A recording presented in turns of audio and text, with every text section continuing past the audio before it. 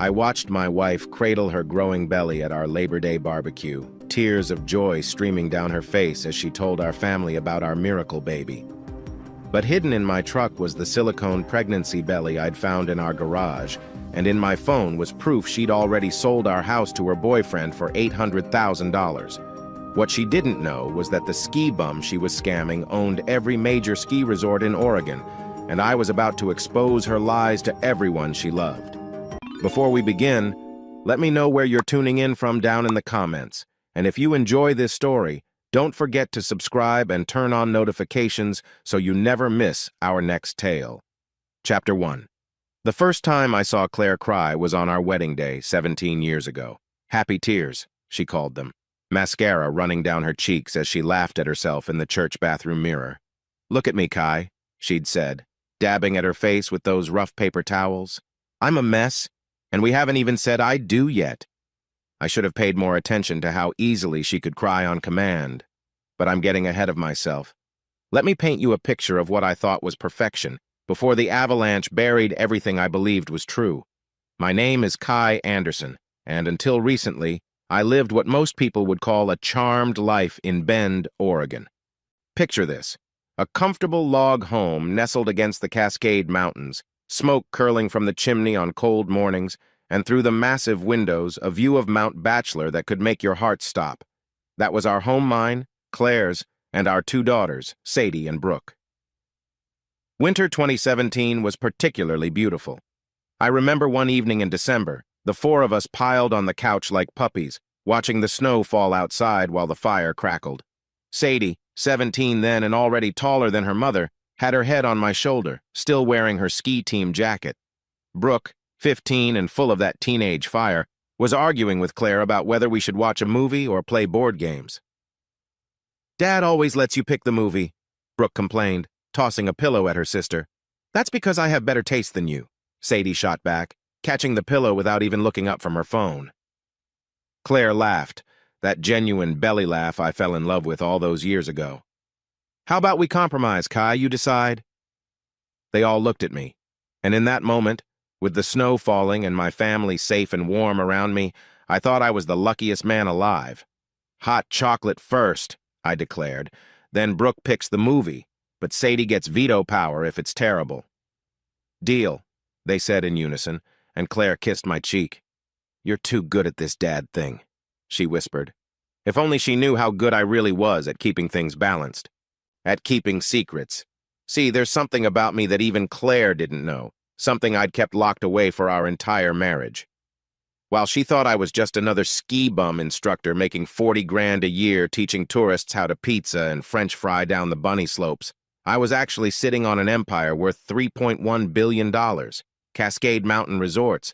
Every major ski destination from Mount Bachelor to Mount Hood, I owned them all. Why hide it? You're probably wondering why any sane person would pretend to be poor when they could live like a king. The answer's simple. Love. Real love. The kind that chooses you for you, not for your bank account or what you can provide. I'd seen what money did to relationships. My father, before he passed and left me everything, went through 3 wives who loved his wallet more than him. Each divorce got uglier, more expensive. By the time he died, he was a bitter man who trusted no one, not even me sometimes. "Don't let them know what you have, son," he told me from his hospital bed, his voice barely a whisper. "Make them love you first. The money should be a surprise, not the reason." So I became Kai Anderson, ski instructor. Not Kai Anderson, heir to a winter sports empire. I drove a 10-year-old Toyota Tacoma instead of a Mercedes. I wore the same jacket for 5 seasons straight.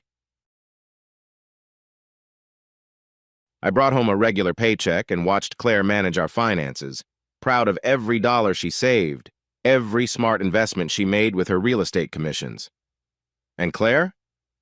God, she was brilliant at her job. She could sell ice to Eskimos, as they say, though in Bend, she was selling mountain views and promises of a better life to California transplants. She'd come home from showing houses, eyes bright with excitement. "Babe, you should see this place I showed today," she'd say, kicking off her heels and pouring herself a glass of wine.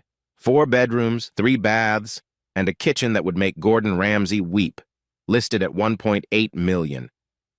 That's more than we'll see in a lifetime, I'd reply, playing my part. She'd get this dreamy look in her eyes. Maybe not. Maybe someday we'll have a place like that, when the girls are in college and we can really focus on building something bigger. I'd nod and smile, knowing I could buy her 10 of those houses tomorrow if I wanted. But that wasn't the point. The point was the dreaming together, the partnership, the feeling that we were a team working toward something. Claire had always been ambitious. It's one of the things that attracted me to her when we met at a ski lodge in 2001. She was there with girlfriends visiting from Portland, and she'd taken a nasty spill trying to show off. I was the instructor who helped her up, checked her for injuries, and then spent the rest of the day teaching her proper form. "You're too tense," I told her, adjusting her stance. "Skiing is about trusting the mountain, working with it instead of against it." "Easy for you to say," she'd laughed, her cheeks red from the cold. "You probably came out of the womb with skis on."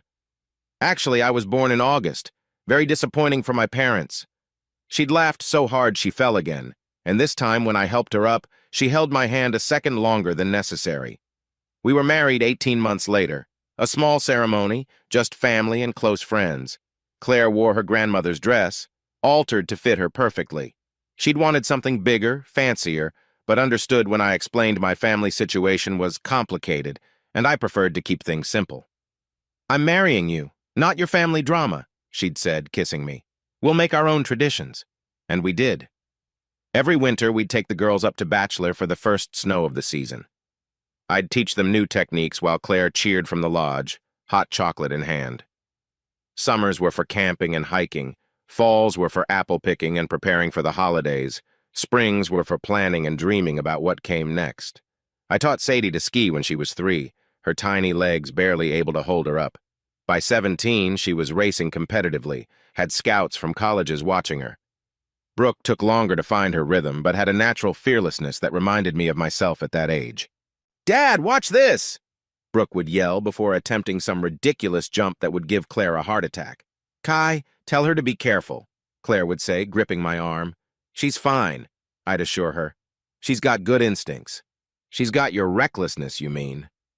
Maybe that was true, but I was careful where it counted. Careful with money, careful with trust, careful with hearts, or so I thought. Our house wasn't massive by Ben's new money standards, but it was perfect for us. 3 bedrooms, 2.5 baths, and that gorgeous open-concept living area with vaulted ceilings and exposed beams. Claire had decorated it with a mix of mountain modern and cozy cabin vibes, lots of plaid, leather, and wood, but somehow sophisticated. She had an eye for making things look expensive without spending much. "It's all about the staging," she'd say, rearranging throw pillows for the 100th time. "You have to create a feeling, not just a space." She'd created a feeling, all right. A feeling of home, of safety, of permanence. Every morning I'd wake up to the smell of coffee and the sound of Claire humming in the kitchen. Every evening we'd gather for dinner, no phones allowed, and actually talk about our days. "Mom, Jessica's parents are getting divorced," Sadie mentioned one night over spaghetti. "That's terrible," Claire said, shaking her head. "They seemed so happy at the school fundraiser." "People aren't always what they seem," I said, twirling my fork. Sometimes the happiest-looking couples are the ones hiding the most.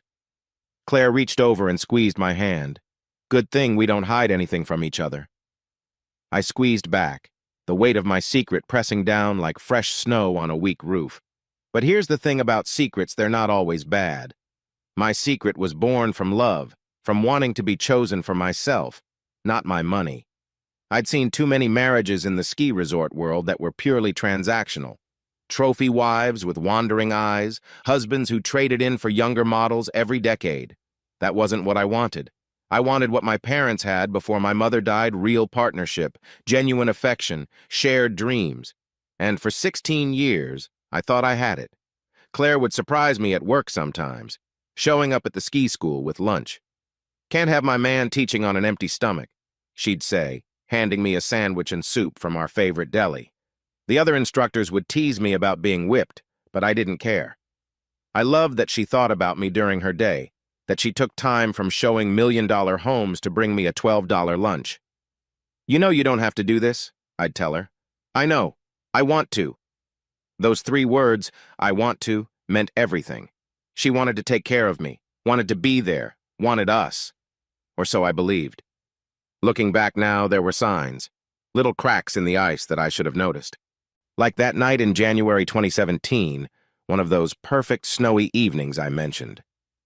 After the girls had gone to bed and we were cleaning up the kitchen, I caught Claire staring out the window with an expression I couldn't quite read. "You okay?" I asked, wrapping my arms around her from behind. She leaned into me but didn't turn around. "Do you ever wonder what it would be like?" What would be like? To have more. To not worry about money, to travel wherever we wanted, to give the girls everything. "We give them everything that matters," I said, kissing her neck. "Love, stability, values. Values don't pay for college. We'll figure it out. We always do." She turned in my arms then, smiled and kissed me. But there was something in her eyes, a hunger I mistook for ambition. "You're right. We always do." Another sign, the way she'd started talking about some of her clients. Not the usual complaints about demanding buyers or sellers who wouldn't negotiate, but admiration that bordered on envy. "This couple today, they're buying their 3rd home. 3rd. Can you imagine? They're not even 40 yet. Tech money?" I guessed. "Investment banking. The husband, anyway. The wife just spends it." She laughed, but it had an edge. "Must be nice. Would you want that? To just spend someone else's money?" "No," she said quickly. Too quickly. "I like working. I like earning my own way. It's just, sometimes I wonder what it would be like to not have to worry, you know?" I knew. God, did I know. The irony was suffocating sometimes. Here was my wife, wishing for financial security, while I sat on billions. But how could I tell her after all these years? "Hey, honey, funny story. Remember how I said my family situation was complicated? Well, no. The lie had gone on too long. It had become part of our foundation, and you can't just rip out the foundation without the whole house collapsing. But as I stood there that winter, holding my wife while she dreamed of money I already had, watching the snow fall on our perfectly imperfect life, I couldn't shake the feeling that change was coming. The weather in the mountains can shift in an instant. One moment you're skiing under blue skies, the next you're caught in a whiteout. That night, after Claire had fallen asleep, I stood in our bedroom doorway watching her. 17 years of marriage, 2 beautiful daughters, a life built on what I thought was solid ground. She looked peaceful, content even, one hand tucked under her pillow the way she always slept. I loved her. Despite the secret, despite the growing distance I was starting to feel, I loved her with the kind of deep, settled love that comes from years of partnership, the kind of love that forgives small sins and overlooks minor irritations, the kind of love that assumes the best, always. I was blissfully unaware, I tell people now, when they ask how I didn't see it coming. Beneath our perfect life, small cracks were starting to form in the ice, and everyone knows what happens when ice cracks. It might hold for a while, might even look solid from the surface, but eventually, inevitably, it breaks. And when it does, everything falls through. Chapter 2. By early 2020, something had shifted in our house like a cold front moving through the mountains. You know that feeling when the pressure drops before a storm? That's what our home felt like, heavy, charged waiting. Claire's real estate business was booming. Bend had become the destination for every tech worker who could work remotely, and she was selling houses faster than they could list them. But success, I was learning, has a way of changing people. Or maybe it just reveals who they really were all along. "Sorry I'm late," she said one Thursday evening in February, breezing through the door at almost 9 o'clock. The girls had already eaten and disappeared to their rooms for homework. I was sitting at the kitchen island, grading ski school evaluations and trying not to watch the clock. "Another showing run over?" I asked, keeping my voice neutral. "Client dinner, actually. You know how it is, wine and dine them, and they're more likely to make an offer." She kicked off her heels and headed straight for the wine fridge. "There's leftover Chinese in the car if you want it. I couldn't finish." "You went to Chen's without me?" "It was our place, had been since our 3rd date." She paused, wine bottle in hand. "It was close to the property. Don't be jealous of my Kung Pao chicken, babe." She laughed it off, kissed my cheek, and headed upstairs to change. But I could smell it on her not Chinese food, but something else. A cologne that wasn't mine, subtle but there, like pine needles and something expensive. I told myself I was being paranoid. In the ski instruction business, you learn to read people's body language, to spot when someone's about to fall or panic. But marriage had made me soft, trusting. I'd forgotten that the same instincts that kept people safe on the mountain could protect you at home, too. The late nights became a pattern. 2, sometimes 3 times a week, Claire would text around dinner time. Showing running late. Don't wait up. Client wants to see one more property. Paperwork nightmare. Be home when I can. The girls noticed before I let myself admit it. Is Mom ever home anymore? Brooke asked one night, poking at her pasta. I'd made my infamous really spaghetti carbonara, which was just bacon, eggs, and noodles, but somehow always turned out wrong. She's working hard for us, I said automatically. Sadie looked up from her phone. For us or for her new Mercedes fund? Sadie, what? She's been talking about upgrading her car for months. Says her Lexus doesn't project success anymore. She made air quotes around the word success, a gesture so perfectly teenage it almost made me smile. Your mother works hard. She deserves nice things. You work hard too, Brooke pointed out. You don't obsess about cars. Because I could buy a fleet of cars tomorrow, I thought, but didn't say. Instead, I changed the subject to Sadie's upcoming race and Brooke's science project. But the girls had planted a seed of doubt that started growing like those invasive blackberry vines that took over if you weren't careful. Then came the phone thing. Claire had always been casual with her phone, leaving it on counters, asking me to check her texts while she drove. But suddenly it was like the thing was surgically attached to her hand. She'd take it to the bathroom, sleep with it under her pillow, angle it away when typing. Who keeps texting? I asked one Saturday morning. We were supposed to be having family breakfast, but her phone had buzzed 6 times in 10 minutes. Just a client. Very needy. First-time buyer, you know how they are. She typed quickly, then flipped the phone face down. So what's the plan for today? I thought we were going snowshoeing, remember? We talked about it last week. Oh, right. Her face fell slightly. I actually might need to show a house this afternoon, but you 3 go. Have fun. Mom, Sadie said flatly, it's Saturday. Houses sell on Saturdays, sweetheart. Houses sell every day, apparently, Sadie muttered into her orange juice. Claire's eyes flashed. What's that supposed to mean? Nothing. Just seems like you're always working lately. Well, excuse me for trying to provide for this family. Not all of us can be satisfied being a... She stopped herself, but I knew what she was about to say. Being a ski bum. The words hung in the air like ice crystals. Being a what, Claire? I asked quietly. Nothing. I'm stressed. I'm sorry. She stood up, grabbed her phone. I need to get ready. You guys have fun snowshoeing. After she left, Brooke broke the silence. Dad, is everything okay? Everything's fine, kiddo. But it wasn't fine. That almost insult had stung more than I expected. In 17 years, Claire had never made me feel less than for my job choice. She'd always said she admired my passion, my dedication to teaching, my choice of happiness over money. When had that changed? The next red flag came wrapped in expensive packaging. I was looking for jumper cables in Claire's car. Sadie's beat-up Honda had died in the school parking lot when I found it. A Rolex, men's, new, tucked in the glove compartment under the insurance papers. My heart did this weird skip-thud thing. I stood there in our garage, holding this watch that cost more than I supposedly made in 3 months, trying to make sense of it. Find them? Claire's voice made me jump. She was standing in the doorway from the house, coffee mug in hand, looking casual, too casual. Found this instead? I held up the watch. Her face went through several expressions so fast I almost missed them: surprise, calculation, then smooth recovery. Oh, that. God, I totally forgot. That's from Julian Martinez. Remember I told you about him? I found him this incredible investment property. Saved him about 200 grand on the deal. He was so grateful he insisted on giving me a bonus.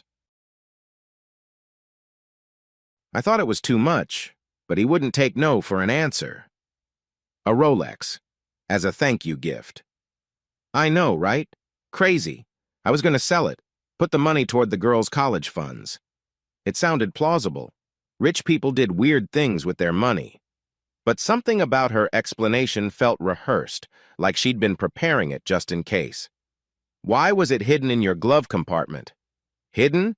It wasn't hidden. I put it there after he gave it to me and honestly forgot about it. You know how crazy work's been. I wanted to believe her. God, how I wanted to believe her. But I'd taught enough beginners to know when someone was overcorrecting, leaning too far back to compensate for fear of falling forward. Maybe you should give it back, I suggested. Seems inappropriate for a client gift. You're probably right, she agreed quickly. Too quickly. I'll handle it. The watch disappeared, and we never spoke about it again. But the name stuck in my mind, Julian Martinez. That night, I couldn't sleep. I lay in bed listening to Claire's breathing, wondering when it had stopped being comforting and started sounding like a stranger's. The woman next to me looked like my wife, sounded like my wife, but something fundamental had shifted. I thought about my parents' marriage, the slow dissolution my father had described after my mother died and he remarried. It doesn't happen all at once, he'd told me. It's like erosion. Small things wear away until one day you look up and realize the landscape has completely changed. Was that happening to us? I started paying attention in ways I hadn't before. Claire's stories about her evenings didn't always add up. She'd mention having drinks at Anthony's, but when I drove by one night not stalking, just happening to take that route home, her car wasn't there. She'd say she was showing houses in Northwest Crossing, but the gate guard at a client's dinner party mentioned he hadn't seen her in weeks. Small lies. Tiny erosions. You're being paranoid, Blake told me when I finally confided in my older brother. We were skiing together on a rare day off, taking advantage of fresh powder on bachelor's back bowls. Claire's not the type. What type is that? The cheating type. She's too smart for that. Maybe that's the problem. She's smart enough to think she can get away with it. Blake stopped at the ridge, looking out over the valley below. You really think she's having an affair? I don't know what to think, but something's off. So ask her. Ask her what? Hey, honey, are you cheating on me? That'll go over well. Better than driving yourself crazy with suspicion. But I couldn't ask, because asking meant admitting that the foundation of our marriage trust was cracking. And once you admit that, there's no going back. Instead, I did what I'd done for 17 years. I pretended everything was normal. I smiled at dinner, helped with homework, made small talk about her day, but I was also watching, cataloging, preparing. Grace, Blake's fiancée, noticed at a family dinner in early March. You okay?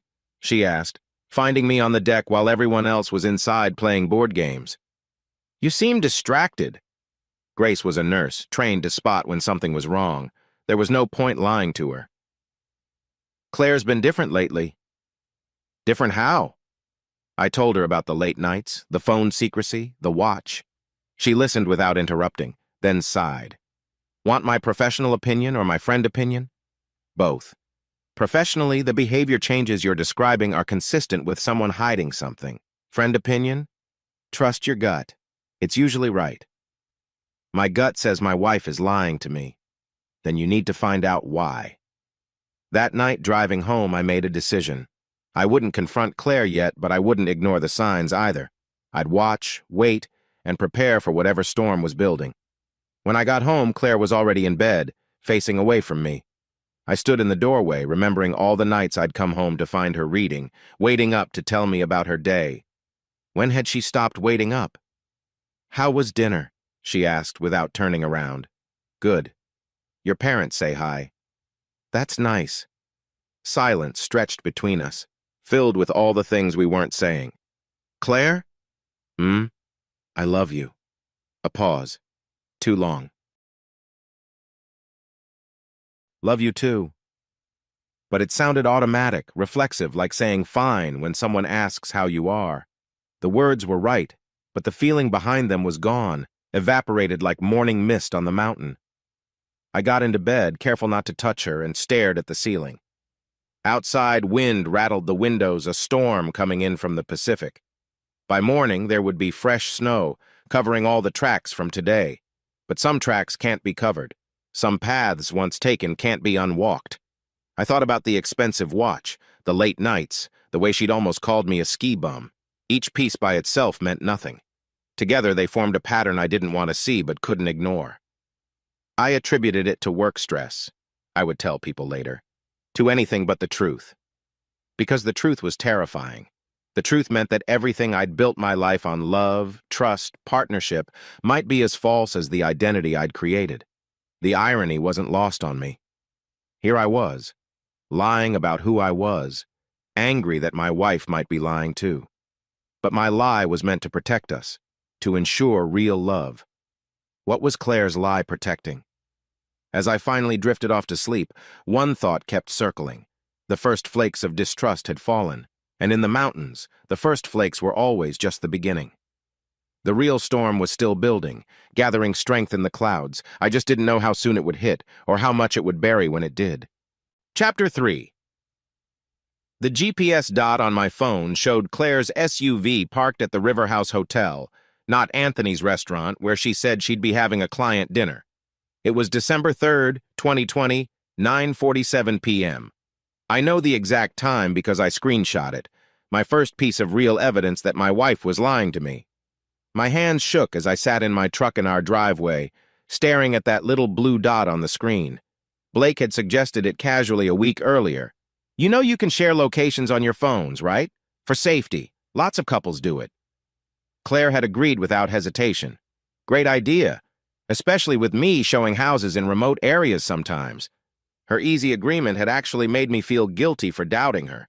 But now, looking at that dot pulsing at a boutique hotel when she'd texted me 2 hours ago about being stuck at a boring client dinner, the guilt evaporated like breath in cold air. I drove through Ben's quiet streets, fresh snow starting to fall, thick flakes that would normally make me happy powder day tomorrow. But I barely noticed. My mind was racing through explanations. Maybe she'd moved the dinner to the hotel restaurant. Maybe the client was staying there. Maybe. I parked across the street, engine running, heater blasting, watching the hotel's side entrance. It was the kind of door you'd use if you didn't want to walk through the lobby, if you were trying to be discreet. At 10:23 p.m., the door opened. Claire came out first, laughing at something, her breath visible in the cold air. She was wearing the black dress I'd bought her for our anniversary, the one she said made her feel beautiful. Behind her, his hand on the small of her back in a way that was decidedly not professional, was Dr. William Brown. I knew William. Everyone in Bend knew William. Successful dermatologist, tall, handsome in that carefully maintained way of men who discovered CrossFit in their 40s. Married to Jennifer, a pediatrician. They had 3 kids, but right now, he was walking my wife to her car, and when they stopped beside it, he pulled her close and kissed her. Not a friendly peck, not a thanks for showing me houses kiss. The kind of kiss I used to get when I came home from work. The kind that promised more. My knuckles went white on the steering wheel. The truck's engine rumbled, and for one insane moment, I thought about driving straight into them, ending it all in twisted metal and broken glass. But then Claire pulled away, touched William's face gently, and got in her car. I followed her home at a distance, my mind completely blank except for the image of that kiss playing on repeat. The snow was coming down harder now, and Claire drove carefully, always the cautious one. By the time she pulled into our garage, I was parked down the street, watching our house like a stranger. I gave her 15 minutes, then came home.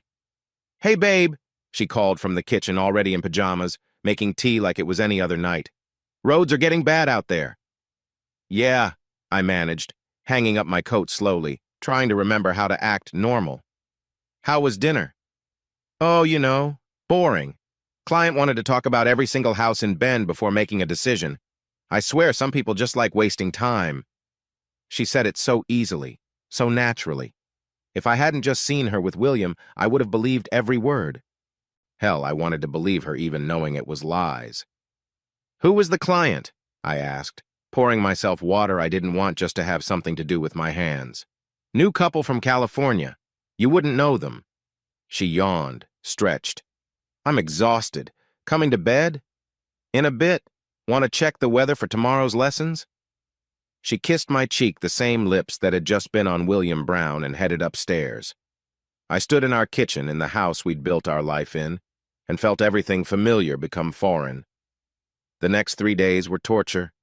I went through the motions, teaching lessons, having dinner with the family, helping Brooke with calculus homework while inside I was screaming. Every time Claire touched me, I thought of William. Every laugh, every casual love you, every normal moment was poisoned. I needed proof, real proof, not just what I'd seen. So I did something I'd never thought I'd do. I investigated my own wife. Our cell phone bill was online, passwords saved on our shared computer. I pulled up the detailed call log, and there it was, dozens of calls and texts to a number I didn't recognize. Late-night calls lasting an hour or more, texts at all hours of the day. I Googled the number, Brown Dermatology Clinic, but that was the office line, not a cell. Smart, but not smart enough. I dug deeper, found William's cell number on a medical directory site. Different number, but when I checked Claire's phone while she showered God, I'd become that person. There it was, saved under WB client. WB William Brown. The evidence kept piling up. A receipt in her jacket pocket for lunch at Ariana, a restaurant she'd never mentioned going to. The lunch was for 2 on a Tuesday when she'd supposedly been showing houses all day. A charge on our credit card for a hotel room in Portland during her girls' weekend last month, except when I called her friend Sarah, she mentioned they'd had to cancel that trip because her kid got sick. Oh, right, I'd covered quickly. Claire mentioned that. I must have gotten the weekends confused. Each discovery was another crack in the ice, another fissure in the foundation of our marriage. But I kept quiet, kept watching, kept gathering evidence like I was building a case, which I suppose I was. The breaking point came 2 weeks before Christmas. I'd come home early from the mountain lessons canceled due to high winds and found Claire in our bedroom on the phone. She didn't hear me come in. "I know, baby, I know," she was saying, her voice soft and intimate in a way that made my stomach turn. "But we have to be careful. Kai's not stupid. No, he doesn't suspect anything." "I told you, he's too trusting." I backed out of the house silently, drove to the grocery store parking lot, and sat there for an hour, watching people load their cars with Christmas groceries, living their normal lives while mine imploded. When I finally went home, Claire greeted me normally, asked about my day, complained about a difficult seller. We ate dinner as a family, the girls chattering about winter formal plans, while their mother and I performed our roles across the table. That night, I almost confronted her. We were getting ready for bed, and she was actually humming while brushing her teeth. The same woman who'd called me too trusting hours earlier was humming like she didn't have a care in the world. "Claire," I started. "Hmm?" She looked at me in the mirror, toothbrush in mouth. "Are you happy?" She spit, rinsed, turned to face me. "What kind of question is that?" "A real one. Are you happy with us? With our life?" Something flickered across her face, guilt, fear. But then she smiled, came over, and put her arms around my neck. "Of course I'm happy. Where's this coming from?" I looked into her eyes, searching for the woman I married, but all I saw was an accomplished liar. "Just checking," I said, and kissed her forehead. "I love you. Love you too." But as she walked away, I caught her reflection in the mirror. The moment she thought I couldn't see her, her face fell, the mask dropping for just a second. She looked tired, guilty, trapped. Good, I thought. You should feel trapped. That weekend, Sadie and Brooke were at a ski team training camp. Claire announced she had to show houses all Saturday. Big commission opportunity, can't pass it up. I told her I understood, kissed her goodbye, then followed her. She didn't go to any houses. She drove straight to William's condo on the west side of town. His wife, Jennifer, was at a medical conference in Seattle. I'd checked the conference website to be sure. I parked where I could see William's door and waited. 2 hours. 3. They finally emerged around 2 p.m., and I took photos with my phone. Claire in the same clothes, but hair different. William's hand possessively on her hip. A kiss in his doorway that went on long enough for me to take multiple shots. They went to lunch at a bistro downtown, sitting at a corner table, leaning toward each other, laughing. Claire reached across the table to wipe something from William's face, and he caught her hand, kissed her palm. I sat in my truck, watching through the window, documenting everything. Part of me felt pathetic, stalking my own wife like some private investigator in a bad movie. But the larger part, the part that thought of our daughters, of the betrayal, of the lies, that part felt justified. When Claire came home that evening, she had a fresh manicure and a story about a difficult young couple who couldn't agree on anything. The wife wants modern, the husband wants rustic. I showed them 12 houses today. 12. My feet are killing me. 12 houses, I repeated. Must be exhausting, all that lying. She looked up sharply. What? I said all that driving. Must be exhausting, all that driving. Oh, yes, it was. But I saw at the moment of panic, the quick calculation. She'd heard what I really said. That night, after Claire fell asleep, I stood on our deck in the falling snow, phone in hand, scrolling through the photos I'd taken. Evidence of my wife's affair, undeniable and ugly. I could have confronted her then. Should have, maybe. But something held me back. Maybe it was the holidays coming, not wanting to ruin Christmas for the girls. Maybe it was needing more time to process, to plan. Or maybe it was that small, stupid part of me that hoped I was wrong, that there was an explanation, that the woman I'd loved for 17 years hadn't turned into someone I didn't recognize. Blake called while I was standing there. You okay? It's midnight. Couldn't sleep. Want to talk about it? I was right, I said simply. About Claire. I was right. Silence on his end, then a long sigh. I'm sorry, man. What are you going to do? I don't know yet, but I need to protect the girls, and I need to know if there's more. More. This isn't just an affair, Blake. There's something else going on. I can feel it. You want me to do some digging? I still have that PI friend from the insurance fraud case. Maybe. Let me think about it. After we hung up, I stayed on the deck until my fingers went numb from the cold. The mountains were invisible in the darkness and snow, but I knew they were there, solid and unchanging. Tomorrow people would ski down their slopes, trusting that the snow would hold, that the mountain would be what it appeared to be. But sometimes, the mountain lies. Sometimes what looks like solid snow is just a thin cover over a crevasse. And once you fall through, there's no climbing back to where you were before. I went inside, checked on the girls both asleep in their rooms, safe and unaware of how their world was about to change. Then I went to our bedroom, where Claire slept peacefully, one arm stretched across my side of the bed. I moved her arm gently and lay down, staring at the ceiling. Outside, the storm intensified, wind howling through the trees.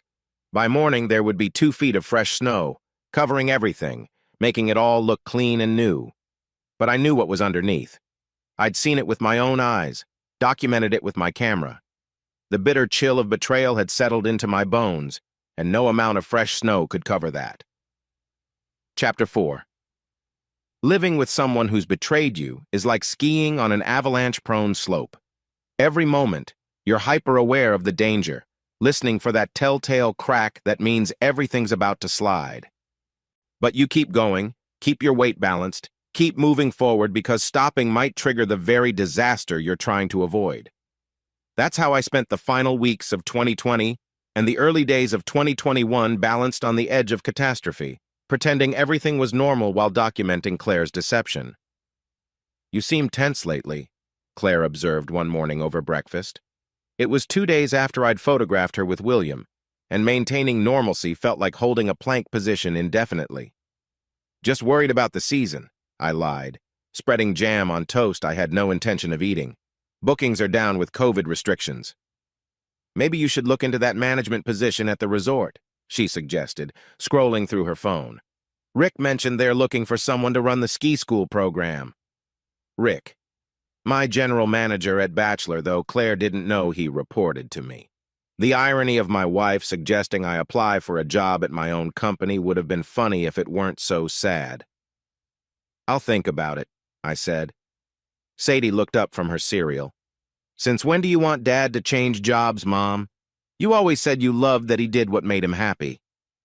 Claire's thumb paused on her screen. People's priorities change, sweetheart. Sometimes happiness doesn't pay the bills. We're doing fine, Brooke chimed in. Aren't we? Of course we are, I said quickly, catching Claire's eye. Your mom's just thinking about the future. College expenses and all that. Claire nodded, but I saw Sadie watching us both, her 17-year-old intuition picking up on undercurrents her younger sister missed. Later that day, I met Blake and Grace at Blake's cabin up on Shevlin Park Road. It was our designated safe space, somewhere Claire wouldn't accidentally walk in on our conversations. You look like hell, Grace said bluntly, handing me a beer I didn't want but accepted anyway. Thanks. Really needed to hear that. She's right, Blake added, stoking the fire in his living room fireplace. You can't keep this up, Kai. Living a double life while she's living a double life, it's going to break you. I need more information first, I insisted. This isn't just about the affair, she's planning something. Grace sat down across from me, her nurse's instincts on full display. What makes you think that? Little things. She's been asking about my parents' estate, whether there's any family money I haven't mentioned. She's been pushing me to get life insurance, a bigger policy, and she's been moving money around small amounts, but consistently, transferring from our joint savings to her personal account. How much? Blake asked. About 15,000 so far. 500 here, 1,000 there. Small enough that she probably thinks I won't notice. But you did. I notice everything now. I took a sip of beer, grimacing at the taste. Even beer tasted wrong these days. I've become someone I don't recognize, checking phone records, tracking her location, going through receipts. This isn't who I wanted to be. You're protecting yourself, Grace said gently. And your girls. There's no shame in that. Isn't there? I'm lying just as much as she is. Your lie isn't hurting anyone, Blake pointed out. Hers is destroying your family. He was right, but it didn't make me feel better. That night, I went home to find Claire cooking dinner rosemary chicken, my favorite. She'd opened a good bottle of wine, lit candles, sent the girls to study at friends' houses. What's the occasion? I asked, suspicious of this sudden romance. Can't a wife cook her husband a nice dinner? She handed me a glass of wine, clinked hers against it. To us. To us, I echoed, wondering which us she meant, the real us or the fiction we were both maintaining. During dinner, she was charming, attentive, reminiscent of the woman I'd fallen in love with. She asked about my day, laughed at my stories about tourist mishaps on the bunny slope, even reached across the table to hold my hand. I've been distant lately, she said, running her thumb across my knuckles. Work's been crazy, but that's no excuse. You deserve better. For a moment, just a moment, I let myself believe her. Maybe the affair was over. Maybe she'd chosen us. Maybe her phone buzzed. She glanced at it, and I saw the slight smile, the quick typing under the table. Sorry, she said, not looking sorry at all. Client emergency. The moment shattered. This romantic dinner wasn't about us. It was about guilt. Or worse, it was cover for something else. Claire, I said as she stood to clear the plates. Are you happy? It was the same question I'd asked before, but this time she heard the weight in it. Why do you keep asking me that? Because I feel like I'm losing you, like you're somewhere else even when you're here. She set the plates down, came around the table, sat in my lap, something she hadn't done in months. You're not losing me. I'm right here. She kissed me then, deep and familiar, and for a few seconds I kissed her back, muscle memory overriding logic. But then I tasted it, wine and deception, and someone else's cologne lingering on her skin. I pulled away. I should check on the girls. They're studying. I'll text them. I stood, forcing her to stand too. Thanks for dinner. I saw hurt flash across her face, maybe even genuine hurt. But I couldn't bring myself to care. She'd forfeited the right to my affection the moment she chose William Brown over our family. The next morning, I hired Connor Wilson. Connor and I had known each other since high school, though we'd run in different circles. He'd gone to law school, become one of Ben's best divorce attorneys. I'd gone to the mountains. But we'd stayed friendly, occasional ski buddies who grabbed beers after a good powder day. I need your advice, I told him, sitting in his office downtown. Hypothetically. It's never hypothetical, he said, leaning back in his leather chair. But go ahead. I laid out the situation, the affair, the financial movements, my suspicions about Claire planning something bigger. Connor listened without interrupting, occasionally jotting notes. "First thing," he said when I finished, "document everything. Every text, every receipt, every suspicious transaction. Oregon's a no-fault state, but infidelity can still impact asset division, especially if marital funds were used for the affair." They were. I have credit card records showing hotel charges, expensive dinners. Good. Second, protect your assets. Move half of any joint accounts into your own name. It's legally yours anyway, but it prevents her from draining everything if she decides to run. You think she'd run? I've seen spouses do worse for less. Third, and this is important, don't let on that you know. The element of surprise is crucial in divorce proceedings. The moment she knows you're onto her, she'll lawyer up and start hiding assets. "I can't divorce her yet," I said. "Not until I know what she's planning." Connor studied me. "There's something you're not telling me." I hesitated. I'd kept my secret for so long, telling anyone felt like stepping off a cliff. But I needed someone to know, someone who could help me protect what was really at stake. "I'm not who Claire thinks I am," I said finally. "Financially, I mean." Connor's eyebrows rose as I explained about Cascade Mountain Resorts, about the billions Claire didn't know existed. When I finished, he whistled low. That's a hell of a secret, Kai." I had my reasons. "I'm not judging. Actually, it's brilliant. She can't claim assets she doesn't know exist. But you need to be careful. If she finds out during the divorce proceedings, she could claim fraud, say you hid assets." "I didn't hide them. I just didn't mention them. They're all in trusts and corporate structures that predate our marriage." "Still, we need to be strategic about this." He pulled out a legal pad, started sketching a plan. "Here's what we're going to do." Over the next 2 weeks, Connor and I quietly built a case. I opened a safety deposit box, started storing copies of all our important documents. I photographed every piece of suspicious evidence, backed it up to a cloud account Claire didn't know about. I even installed a hidden camera in our kitchen, technically legal since it was my house too, Connor assured me. That camera caught something I didn't expect. It was a Tuesday afternoon. I was supposedly at work, but I'd actually driven to Portland to sign some resort paperwork. Claire must have thought she had the house to herself because she brought William over. I watched the footage later that night, sitting in my truck in a dark parking lot because I couldn't stand to be in the house where it happened. They didn't do anything physical, thank God, but what they did was almost worse. They sat at my kitchen table, the one where my family ate breakfast every morning, and counted money, stacks of cash that Claire pulled from a designer bag I didn't recognize. "That's 30,000, William said, separating the bills into piles. "Once you get the rest from the house sale, we'll have enough." "The house sale?" Claire laughed. "Kai would never agree to sell." "You said you could convince him." "I said I could work around him. There's a difference." "Claire, we talked about this. A clean break. Your divorce, my divorce, then we start fresh. The practice in Cabo is perfect." "I know what we talked about," Claire interrupted. "But things are complicated. Because of the girls, among other things." William reached across the table, took her hand. "We deserve to be happy. After everything we've been through, we deserve this." Claire squeezed his hand back. "Soon, I promise. Just a little longer." They talked for another hour, planning their future with my money, in my house, at my table. When they finally left, Claire reset everything perfectly, washed the coffee cups, straightened the chairs, sprayed air freshener to cover William's cologne. If I hadn't had the camera, I'd never have known. That night, Claire curled against me in bed, throwing an arm across my chest. "Love you," she murmured sleepily. I lay rigid, staring at the ceiling, her arm feeling like a shackle. How could she do this?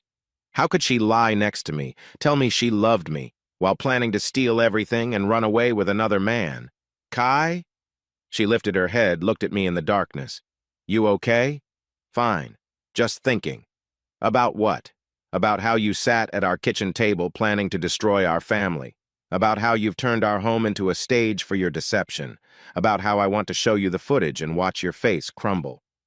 "Tomorrow's lessons," I said instead. "Supposed to snow."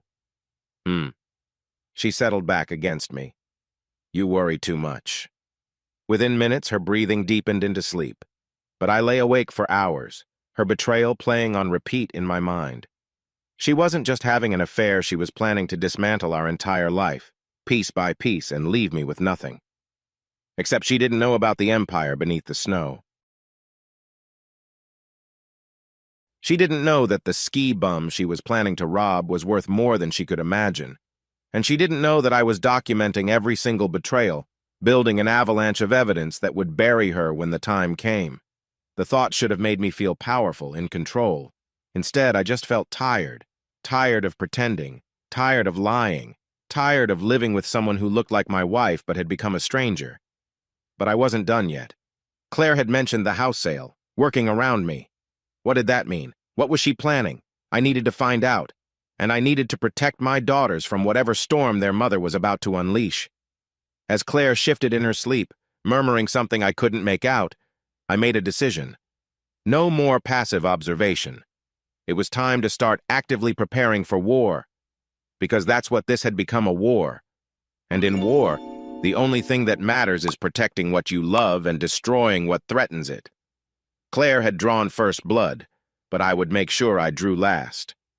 Chapter 5. June in Oregon has this way of making you forget winter ever existed. The sun stays up past 9, the mountains turn from white to green, and everyone acts like seasonal depression was just a bad dream. But that June evening in 2020, when Claire gathered us in the living room with that look on her face, that practiced, camera-ready smile that should have been my first warning, I learned that summer can be just as cold as winter if your heart's frozen solid. "I have wonderful news," she said, her hand moving to her stomach in a gesture so deliberate it looked choreographed. Sadie looked up from her phone. Brooke paused her Netflix show. I set down the resort financials I'd been pretending were lesson plans, my chest tightening with a familiar dread. Claire's wonderful news lately usually meant more lies I'd have to swallow. "I'm pregnant." The words hung in the air like smoke from a forest fire, heavy, choking, impossible to ignore. My brain did this weird split-screen thing where half of me was trying to process the impossibility of it, while the other half was already cataloging her tells. The way her eyes darted to gauge our reactions, the slight tremor in her hand that she tried to hide by pressing it harder against her belly. "What?" Brooke's voice cracked. "Mom, you're like, old." 42 is not old," Claire snapped, then softened her tone. "Women have babies at my age all the time. It's a miracle, really. We weren't even trying." No kidding, we weren't trying. We hadn't been intimate in 3 months, not since I'd discovered her affair with William. Every night she'd curl away from me, claiming exhaustion from work, while I lay there knowing she'd spent her energy on another man. "That's amazing, honey," I managed, standing up to embrace her because that's what a husband who didn't know about the affair would do. She melted into my arms, and for a second, just one pathetic second, I let myself imagine it was real. That maybe this was her way of recommitting to us, that maybe the affair was over, that maybe we could rebuild. Then she pulled out the ultrasound. 13 weeks, she said, tears streaming down her face as she showed us the grainy black and white image.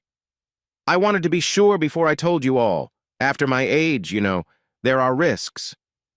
Sadie took the picture, studying it with that analytical look she got when solving calculus problems. 13 weeks? But that would mean... "March," Claire supplied quickly. "Remember that weekend we went to the coast, when you girls stayed with Grandma?" I remembered that weekend. Claire had claimed a last-minute showing came up and canceled our trip. I'd spent those 2 days reorganizing the garage and wondering if she was really showing houses or showing herself to William Brown. "Can I see?" I asked, taking the ultrasound from Sadie. The image was generic enough, could have been any baby, could have been from Google Images for all I knew. But there was something off about it. The patient name at the top was smudged like someone had deliberately obscured it. No date stamp. No medical facility header. "The doctor says everything looks perfect," Claire continued, watching me examine the image. "Due date is December 15th, a Christmas baby." "Which doctor?" I asked, trying to sound casually interested rather than suspicious. Dr. Morrison at St. Charles. She said it without hesitation, but I caught the micro-expression, that tiny flinch around her eyes that I'd learned meant she was improvising. She's wonderful. Specializes in geriatric pregnancies. I think you mean advanced maternal age, Sadie corrected, ever the precise one. Right, that. Claire laughed, but it sounded forced, like she was playing a role in a community theater production. Anyway, we'll need to start planning. The home office will need to become a nursery, and we should probably think about our finances. There it was. The real reason for this announcement: money. It always came back to money with Claire lately.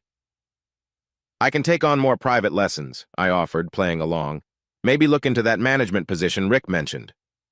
Her eyes lit up not with love or gratitude, but with calculation. I could practically see her doing math in her head. How much more could she squeeze out of me if I thought we had another mouth to feed? That would be wonderful, babe. And maybe we should look into your family situation, see if there's any help there. For the baby's future, you know, my family situation. Code for, do you have any hidden money I don't know about? The irony was so thick I could choke on it. Here she was, fishing for assets while sitting next to a man worth billions. We'll figure it out, I said, kissing her forehead. We always do. The girls had different reactions that revealed more than they probably intended. Brooke was excited in that superficial teenage way, already planning to teach the baby TikTok dances and use it for Instagram content. But Sadie pulled me aside later while Claire was calling her parents with the news. Dad, she said quietly, glancing to make sure her mother couldn't hear. Something's weird about this. What do you mean? Mom's been drinking wine like every night. I saw her recycling bin from her home office. It's full of bottles. Would she do that if she was pregnant? My smart girl. Too smart for her own good sometimes. Maybe she just found out, I suggested weakly. Maybe those were from before. Sadie gave me a look that said she wasn't buying it, but she didn't push. Are you happy about it? I'm processing, I admitted. Yeah, she said. Me too. That night, Claire put on a performance worthy of an Oscar. She called both sets of parents, her siblings, her best friends, sobbing with joy each time she shared the news. She even posted on Facebook a cute announcement with baby shoes and the ultrasound photo, carefully cropped to hide any identifying information. The comments poured in. Congratulations. What a blessing. You're glowing already. Glowing. Right. She was glowing with deception, radiating lies like uranium. After she fell asleep or pretended to, I could never tell anymore. I stood in what would supposedly become the nursery. Our home office, where I'd built a custom desk and shelving system with my own hands, where the girls did homework while I worked on resort spreadsheets. Claire wanted to tear it all down for a baby that I was increasingly certain didn't exist. The ultrasound was on the desk where she'd left it, strategic placement to remind me of my new responsibility. I picked it up, held it to the light from the hallway. The more I looked at it, the more wrong it seemed. The resolution was too clean for a 13-week scan. The measurements didn't match what I remembered from when Claire was pregnant with Brooke. I pulled out my phone and did something I'm not proud of. I reverse image searched the ultrasound. No exact matches, but dozens of similar ones on pregnancy announcement sites, stock photo databases, even Pinterest boards titled Baby Announcement Ideas. My wife had handed me a fake ultrasound and cried real tears about our imaginary baby. The next morning, Claire was in full pregnancy mode. She made a show of running to the bathroom with morning sickness, though I noticed she managed to keep down her secret coffee on the back deck afterward.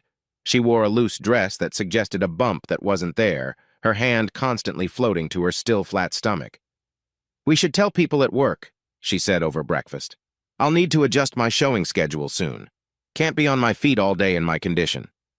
Of course, I agreed, spreading peanut butter on toast with mechanical precision. Whatever you need. And we should probably start looking at bigger houses. This place is perfect for 4, but with 5. You want to move? Brooke asked, alarmed. But all my friends are here. We wouldn't go far, sweetheart. Maybe just upgrade to something in Northwest Crossing. Better for resale value, too. Always thinking about resale value, even with our fake baby. Let's see how things go, I said neutrally. No need to make big decisions yet. Claire's jaw tightened slightly. We need to plan ahead, Kai. Babies are expensive. I'm aware. Are you? Because sometimes I feel like you're not taking this seriously. The accusation hung between us like a challenge. I could have called her out right then, could have demanded she take a pregnancy test in front of me, could have exposed the whole charade. But the girls were watching, and I needed more proof before I destroyed their world. I'm taking it very seriously, I said instead. I just think we should be careful about making major financial decisions right now. Careful, she repeated, the word bitter in her mouth. You always want to be careful. Maybe if you took some risks once in a while, we wouldn't be living paycheck to paycheck. We're not living paycheck to paycheck, Sadie interjected. Are we? No, I assured her, while Claire said practically at the same time. We looked at each other across the table, two strangers pretending to be married, pretending to be expecting, pretending everything was fine. I have showings today, Claire announced, standing abruptly. Including that new development near the mountain. Julian Martinez is interested. Julian Martinez, the name from the Rolex, the client who gave inappropriate gifts and was suddenly very interested in Bend real estate. Julian's the investor from California, right? I asked casually. That's right. Very successful. He's looking to expand his portfolio here. She grabbed her purse, her phone, her lies. Don't wait up. These showings could run late. After she left, I sat at the kitchen table with my daughters, the fake ultrasound still prominently displayed on the refrigerator like evidence at a crime scene. Dad, Brooke said quietly, is everything okay? With you and Mom? Everything's fine, kiddo. But Sadie was watching me with those two smart eyes, and I knew she saw through my lie as easily as I saw through Claire's. The difference was, my lie was meant to protect them. Claire's lies were destroying us all. That evening, while Claire was at her showings, I met Blake and Grace at a coffee shop downtown. I'd brought the ultrasound, and Grace examined it with professional interest. The resolution is wrong, she said immediately. This is at least 20-week detail, not 13. And see this measurement notation? That's from an older ultrasound system. St. Charles upgraded all their equipment 2 years ago. So it's fake? I can't say for certain without seeing the actual medical records, but... She hesitated, then looked me straight in the eye. Kai, has Claire been to any prenatal appointments? Asked you to come with her? No. She says she wants to handle the early stuff herself, doesn't want to worry me. Blake snorted. Convenient. There's more, Grace said carefully. I saw Claire at Whole Foods yesterday. She was buying wine, not just one bottle a case. Maybe it's for clients, I suggested weakly. Maybe, Grace agreed in a tone that said she didn't believe it either. But Kai, if she's really pregnant and drinking. She's not pregnant, I said flatly. I know it. I just need to prove it. What if I could help? Grace offered. I could stop by, offer to connect her with the best OB-GYN at the hospital, see how she reacts, maybe even suggest some routine blood work. We're offering free prenatal screening this month. She'll make excuses. Probably. But if she does, that tells you something too. Blake leaned forward. Kai, you need to protect yourself here. If she's faking a pregnancy, she's planning something bigger. This isn't just about manipulation, this is about money. He was right. That night, I started documenting everything. Every claim about morning sickness that mysteriously disappeared when she thought I wasn't watching. Every glass of wine she thought I didn't see. Every conversation about money that somehow circled back to the baby. Claire had created a fake miracle, thinking it would be her salvation. She had no idea it would be her damnation instead. Chapter 6. July in Bend hits different when you're living with a woman pretending to carry your child. The heat waves shimmer off the pavement like mirages, and everything feels slightly unreal, distorted, like looking at the world through warped glass. That's how that whole month felt like reality itself had bent around Claire's lie, and I was the only one who could see the distortion. Claire's performance of pregnancy was fascinating in its inconsistency. Some mornings, she'd stumble to the bathroom, making dramatic retching sounds that echoed through our house. I'd stand outside the door, listening to her fake vomit, hearing the toilet flush, then the sink running for exactly long enough to seem believable. But then I'd catch her 20 minutes later on the back deck, drinking coffee and scrolling through her phone like nothing had happened. I thought coffee made you nauseous, I said one morning, stepping onto the deck with my own mug. She startled, nearly dropping her phone. Oh, it does! This is decaf, and sometimes the morning sickness just passes. You know how it is. I didn't know how it was, but I was learning how she was. The baby must be growing, she said, standing and smoothing her dress over her stomach. I swear I'm showing already. She turned sideways, pushing out her belly in an exaggerated pose. In the morning light, I could see the slight bulge she was creating by arching her back and holding her breath. The second she thought I wasn't looking, her stomach went flat again. Beautiful, I said, the word ash in my mouth. That afternoon, I was bringing Brooke home from soccer practice when she made an observation that proved teenagers see everything, even when you think they're lost in their phones. Dad, she said as we pulled into the driveway, is it normal for pregnant women to be bigger some days than others? What do you mean? Mom looked really pregnant yesterday when her book club came over, like really showing. But this morning when she left for her run, she looked normal. My sharp-eyed daughter had noticed what I'd been documenting for weeks. Claire's belly was a traveling show, appearing and disappearing based on her audience. Bodies are weird during pregnancy, I said carefully. Lots of changes. I guess, Brooke said, but her tone suggested she wasn't convinced. It's just weird. Jessica's mom was pregnant last year, and she got steadily bigger. Mom's more like intermittent. Intermittent. Leave it to a 15-year-old to perfectly describe a fake pregnancy. Inside, Claire was on the phone in the kitchen, her voice carrying that false sweetness she used with difficult clients, or accomplices. No, William, I understand completely. Yes, the timeline is important. Don't worry, everything's going according to plan. I'll see you tomorrow for the consultation. She hung up when she saw us, smile bright as a searchlight. How was practice, sweetheart? Good, Brooke said, grabbing a Gatorade from the fridge. Dad, can we talk about that thing later? What thing? Claire asked, that edge of suspicion creeping into her voice. Driving lessons, I supplied quickly. She wants to start learning. Oh, Claire relaxed. Well, you'll have to be extra careful now. We have to think about the baby. Always back to the baby, the invisible anchor she was trying to use to keep us all in place. That evening, Grace executed our plan perfectly. She showed up at our door with a gift basket of prenatal vitamins and pregnancy teas, playing the role of the excited friend.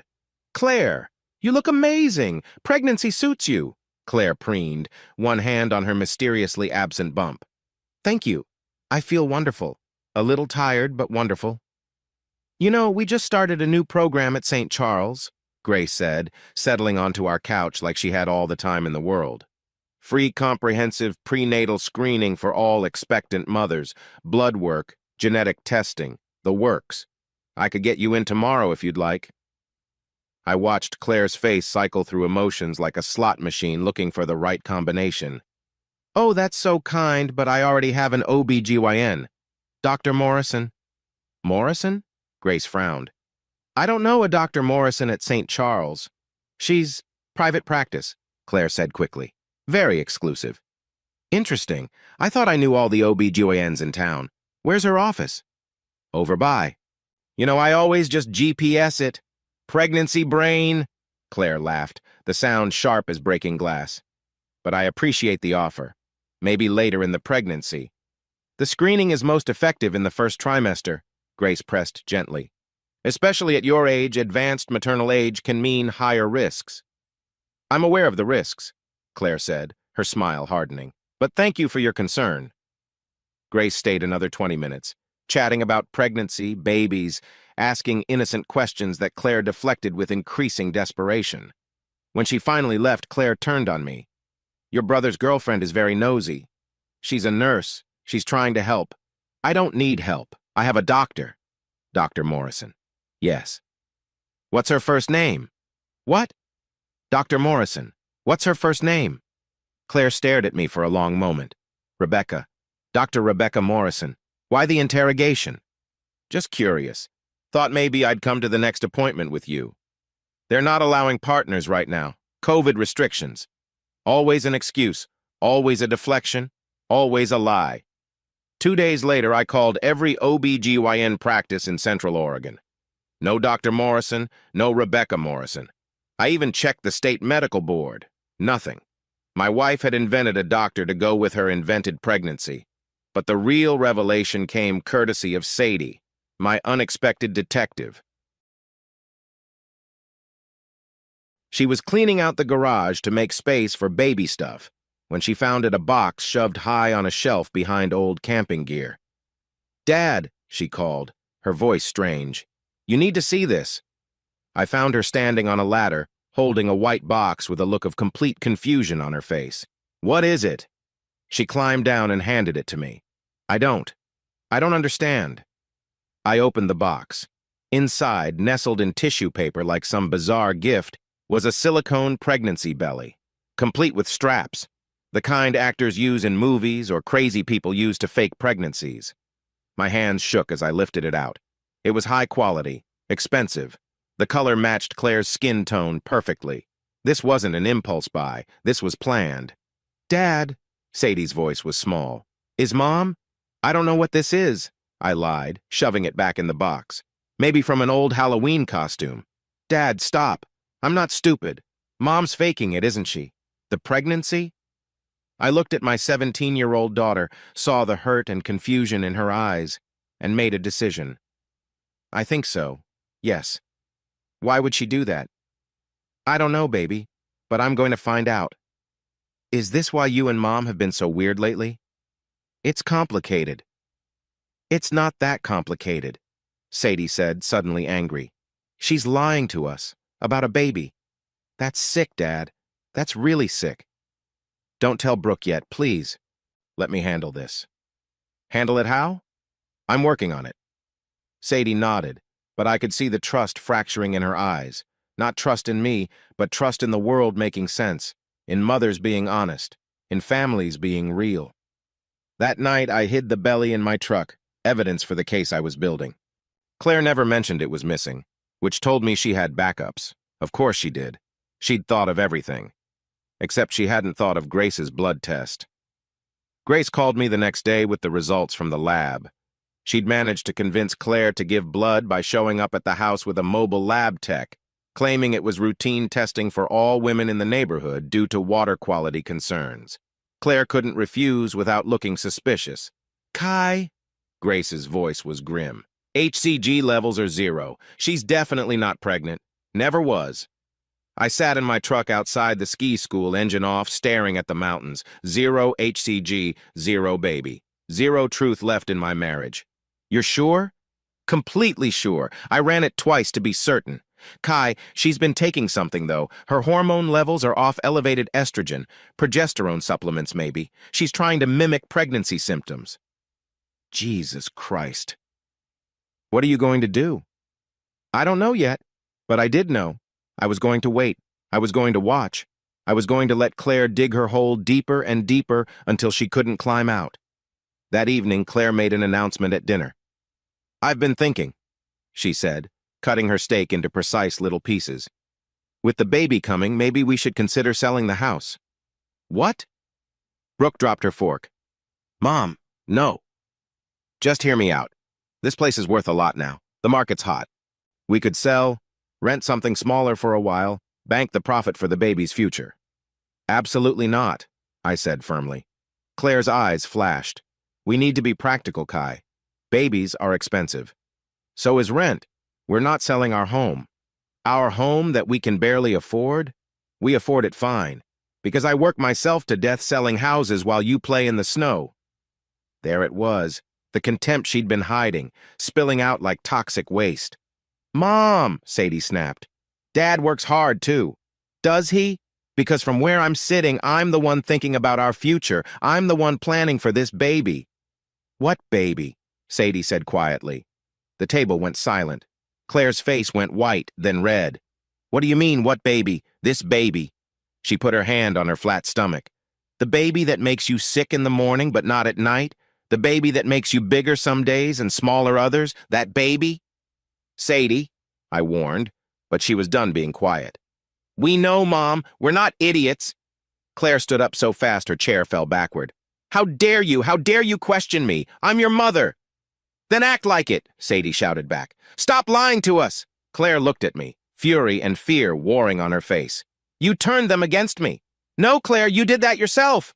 She grabbed her purse and keys. I'm going out. I need air. To see Dr. Morrison? I asked mildly. She slammed the door so hard the windows rattled. Brooke was crying. Sadie was shaking. I pulled them both into my arms. I'm sorry, I whispered. I'm so sorry. Is she coming back? Brooke asked. Yes, unfortunately. And she did, 3 hours later, smelling like wine and someone else's cologne. She went straight to bed without a word, but I could hear her on the phone, whispering urgently to someone. The timeline moved up. No, they know something. We need to accelerate everything. Yes, this weekend. I'll handle Kai. Handle me. Like I was a problem to be solved instead of the husband she'd promised to love and cherish. I lay next to her in the dark, listening to her breathe, wondering how many more nights I'd have to pretend. The fake belly was in my truck. The blood test results were in my phone. The evidence was mounting like snow before an avalanche. But Claire didn't know that. She thought she was still in control, still running her con, still 3 steps ahead. She was wrong. Her belly wasn't growing, but my suspicions were. And soon, very soon, the whole thing would come crashing down. Chapter 7. The war room was Blake's man cave, a finished basement that smelled like leather and bourbon, with a pool table nobody used and a flat screen that had only ever shown football. But that night in late July, it became our command center, where 3 men plotted to take down a woman who'd weaponized pregnancy against her own family. I'd spread everything across the pool table like evidence at a murder trial. The fake ultrasound, the blood test results.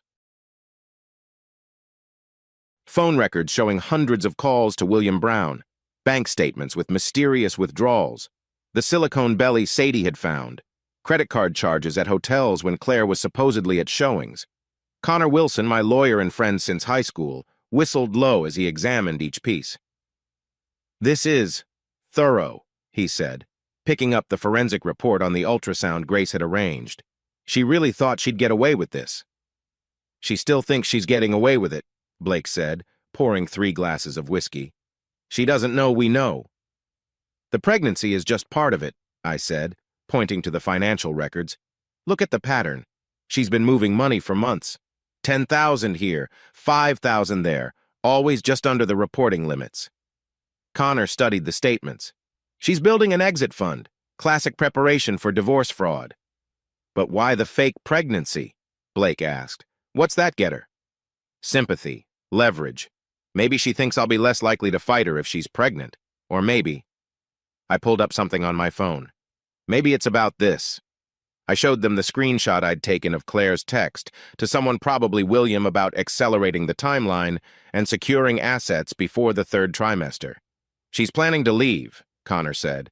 The pregnancy gives her cover to make financial moves. Nobody questions a pregnant woman preparing for her baby's future. But there's more, I said. Blake, tell them what you found out about William. Blake pulled out his own phone, scrolled to his notes. Dr. William Brown is in debt up to his eyeballs. His practice looks successful, but he's hemorrhaging money, gambling problem, according to my source at the country club. Owes some very unfriendly people a lot of money. So he helps Claire with her scheme for a cut, Connor reasoned. But how does a dermatologist fake pregnancy records? His brother-in-law works at a fertility clinic in Portland, Blake said. Bet you anything that's where the ultrasound came from. The pieces were clicking together like a combination lock opening. Claire and William, united by affair and greed, planning to drain whatever they could from me before disappearing. What about Julian Martinez? I asked. The client with the Rolex. Blake grinned. Now that's where it gets interesting. Julian Martinez is real estate investor from San Francisco, worth about $50 million. And he's been buying properties in Bend all right, but only ones Claire shows him. So he's overpaying. By a lot, like 20 to 30% over market value. And guess who's getting massive commissions on those sales? Claire. Bingo. But here's the kicker: I had my PI friend do some digging. Julian's been in Bend way more than necessary for a few property deals. Staying at the River House, same hotel where you saw Claire with William. My stomach turned. She's playing them both. Or they're all in it together, Connor suggested. Claire, William, Julian, maybe this is bigger than just an affair. I stood up, paced to the window. Outside, the summer evening was perfect. Families walking dogs, kids riding bikes, normal life happening while mine imploded. We need more, I said. We need them on video, on audio, explicitly discussing their plan. That's legally risky, Connor warned. Oregon's a two-party consent state for recording. Not in my own home, I said. I can record anything in my house. Blake and Connor exchanged glances. Kai, Connor said carefully. Are you sure you want to go down this road?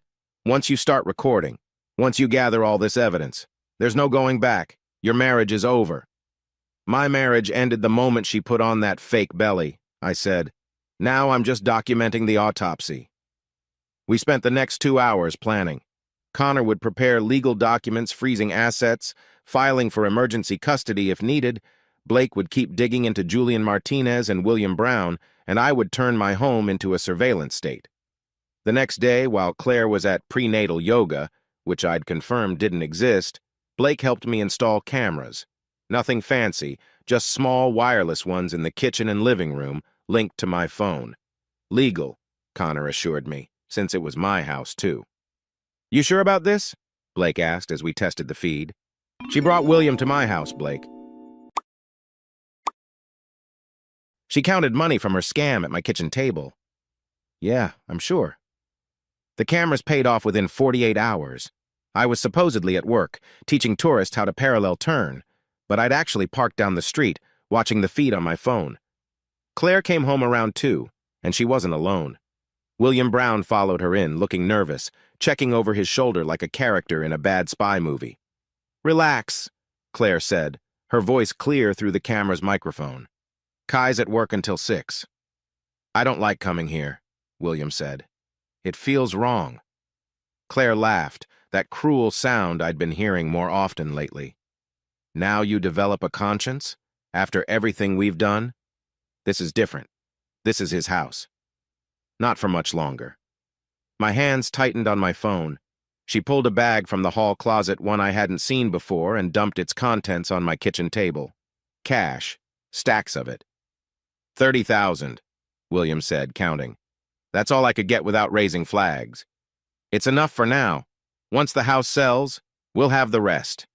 You really think you can sell it without him knowing?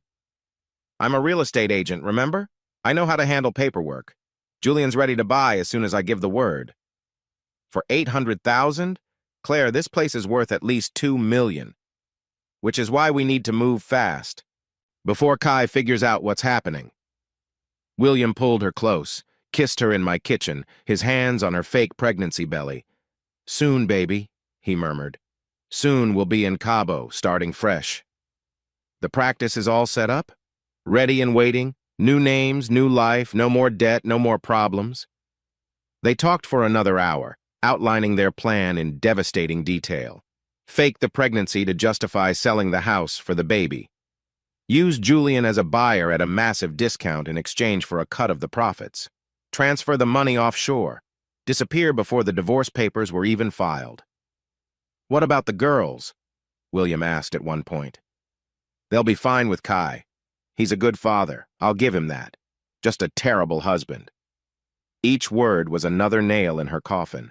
I saved the entire video to 3 different cloud accounts, emailed it to Connor, backed it up on a flash drive. But the universe wasn't done revealing Claire's deception. The next day, she made a mistake that showed just how brazen she'd become. She'd dragged me to Babies R Us, insisting we needed to register for gifts. My shower is next month, she said, pushing a cart through the store with practiced ease. We need to be ready. Who's throwing you a shower? Work friends. You don't know them. Of course I didn't. They probably didn't exist either. We wandered the aisles, Claire cooing over cribs and strollers, adding absurdly expensive items to our registry. She was performing for the staff, for other shoppers, one hand constantly on her padded belly. This one's perfect, she said, stopping at a $2,000 stroller system. Don't you think? It's expensive. Nothing's too good for our baby. Our baby. Our non-existent baby that she was using to rob me blind. Claire, I said quietly. This has to stop.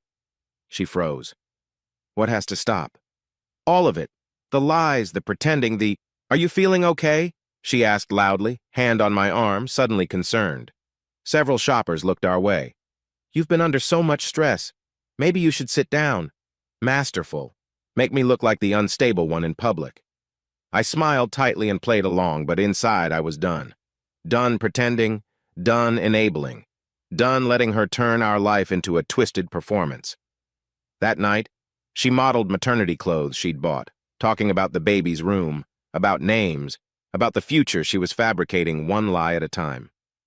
"I was thinking Oliver for a boy," she said, turning sideways to admire her fake bump in the mirror. "Or maybe Emma for a girl." "How about Pinocchio?" Sadie said from the doorway. Claire's face darkened. "Go to your room." "It's my room too, Mom. In the house you want to sell." "Sadie, please," I intervened. "Not now." But Sadie was done being silent.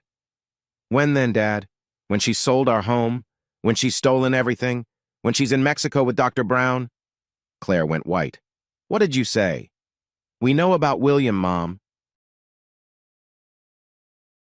"We know about all of it." The room exploded. Claire screaming denials, Sadie shouting truth, Brooke crying in the hallway. I stood in the middle of it all, watching my family detonate, thinking about how avalanches start with a single shift in the snow. When Claire finally stormed out to stay with a friend, she claimed I held my daughters while they cried. "Why?" Brooke kept asking. "Why would she do this?" I didn't have an answer. Greed, desperation, some fundamental flaw in her character that I'd been too blind to see. Connor called while I was putting the girls to bed. "I've been thinking," he said. "The house sale she mentioned. She can't actually do it without your signature. She'll forge it." "That's what I'm thinking too. Which is why tomorrow you need to put the house in a trust. Make it legally impossible for her to sell without multiple signatures." "Can we do that without her knowing?" "If we move fast, yes. But Kai, this is it. This is the nuclear option. Once you do this, once you protect your assets this way, you're essentially declaring war." I looked at my daughter's rooms, thought about the home we'd built, the life Claire was trying to steal. "Then let's go nuclear." The next morning, while Claire was at her fake prenatal appointment, I signed papers putting our house in an irrevocable trust. Connor filed them immediately. By noon, Claire couldn't sell our home if she had my signature tattooed on her forehead. But she didn't know that yet. She came home that evening, all smiles and apologies, playing the perfect wife again. "I'm sorry about last night," she said, kissing my cheek. "Hormones, you know. The pregnancy is making me crazy." "It's okay," I lied, thinking about the camera recording every word. "I was thinking," she said, pulling out her laptop. "Maybe you're right about not selling, but we should at least refinance. Rates are so low right now." And there it was. Plan B. If she couldn't sell, she'd try to pull equity out. "Let me think about it," I said. "Of course, take your time. We have months before the baby comes." No, Claire. We had days, maybe hours, because while she was spinning her web of lies, I was preparing to cut every strand. That night, after she fell asleep, I sat in my office, the one she wanted to turn into a nursery, and reviewed everything. The videos, the evidence, the proof of her betrayal. It was overwhelming, undeniable, complete. Tomorrow was the last day of July. In a week it would be Labor Day. The perfect time for a family gathering, for a celebration, for a revelation. I pulled out my phone and started a group text to Blake and Connor. "Labor Day barbecue, my house, time to end this." Blake responded immediately, "About time." Connor, "I'll have everything ready." I looked at the fake ultrasound still hanging on our refrigerator, at the maternity clothes draped over the chair, at the baby registry printout on the counter. All props in Claire's elaborate theater of deception. Soon, the curtain would fall, and when it did, everyone would see what was really behind it. Chapter 8. August in Oregon is when the forests hold their breath, waiting for the first spark that could set everything ablaze. That's what our house felt like as the month began dry kindling, waiting for a match. Claire had no idea she was about to provide the spark herself. "Julian Martinez wants to see the house," she announced over breakfast on August 3rd, casual as discussing the weather. I looked up from my coffee, keeping my expression neutral. "Our house?" "No, silly. The Garrett place over on Northwest Crossing. Although," she paused, pretending to think, "he did mention he loves our neighborhood. Maybe we should have him over for dinner sometime." "Sure," I said, watching her lie with the ease most people breathe. "Invite him over." Sadie shot me a look across the table. She'd become my silent partner in this surveillance, noting Claire's inconsistencies in a journal she kept hidden in her room. Evidence, she called it, for when things went to court. My 17-year-old daughter was building a case against her mother. That's what our family had become. "I might be late tonight," Claire continued, hand unconsciously moving to her still flat stomach despite supposedly being 5 months pregnant. "Doctor's appointment, then showings? On a Saturday? Julian's only in town for the weekend. Julian Martinez." I'd learned a lot about him in the past week. Successful real estate investor, yes, but also recently divorced, reportedly messy, with his ex-wife claiming he'd hidden assets. The kind of man who'd help a married woman steal from her husband because he'd done something similar himself. After Claire left, I called Blake. "She's meeting Julian today. Want me to follow them?" "No. I've got something better planned." What Claire didn't know was that I'd taken the day off, told the ski school I had a family emergency, which wasn't really a lie. While she thought I was teaching tourists on Mount Hood, I was actually parked down the street from the title company she used for her transactions. At 2 p.m., her white Lexus pulled into the parking lot. 10 minutes later, Julian's black Mercedes joined her. They didn't go inside together, too obvious, but I knew what was happening in there. She was selling our house. My phone buzzed. "Connor, county recorder just called. Someone's trying to file a property transfer for your address." Me. "Stop it." Connor. "Already done. The trust filing went through yesterday. They're about to find out the sale is invalid." I wanted to see her face when she learned her plan had failed, but I had bigger fish to fry. While Claire was at the title company failing to steal our house, I was at her office, having a friendly chat with her broker. "Kai, good to see you," Marcus said, shaking my hand. "How's Claire feeling? The pregnancy going well?" Even her boss knew about the fake pregnancy. The con was that thorough.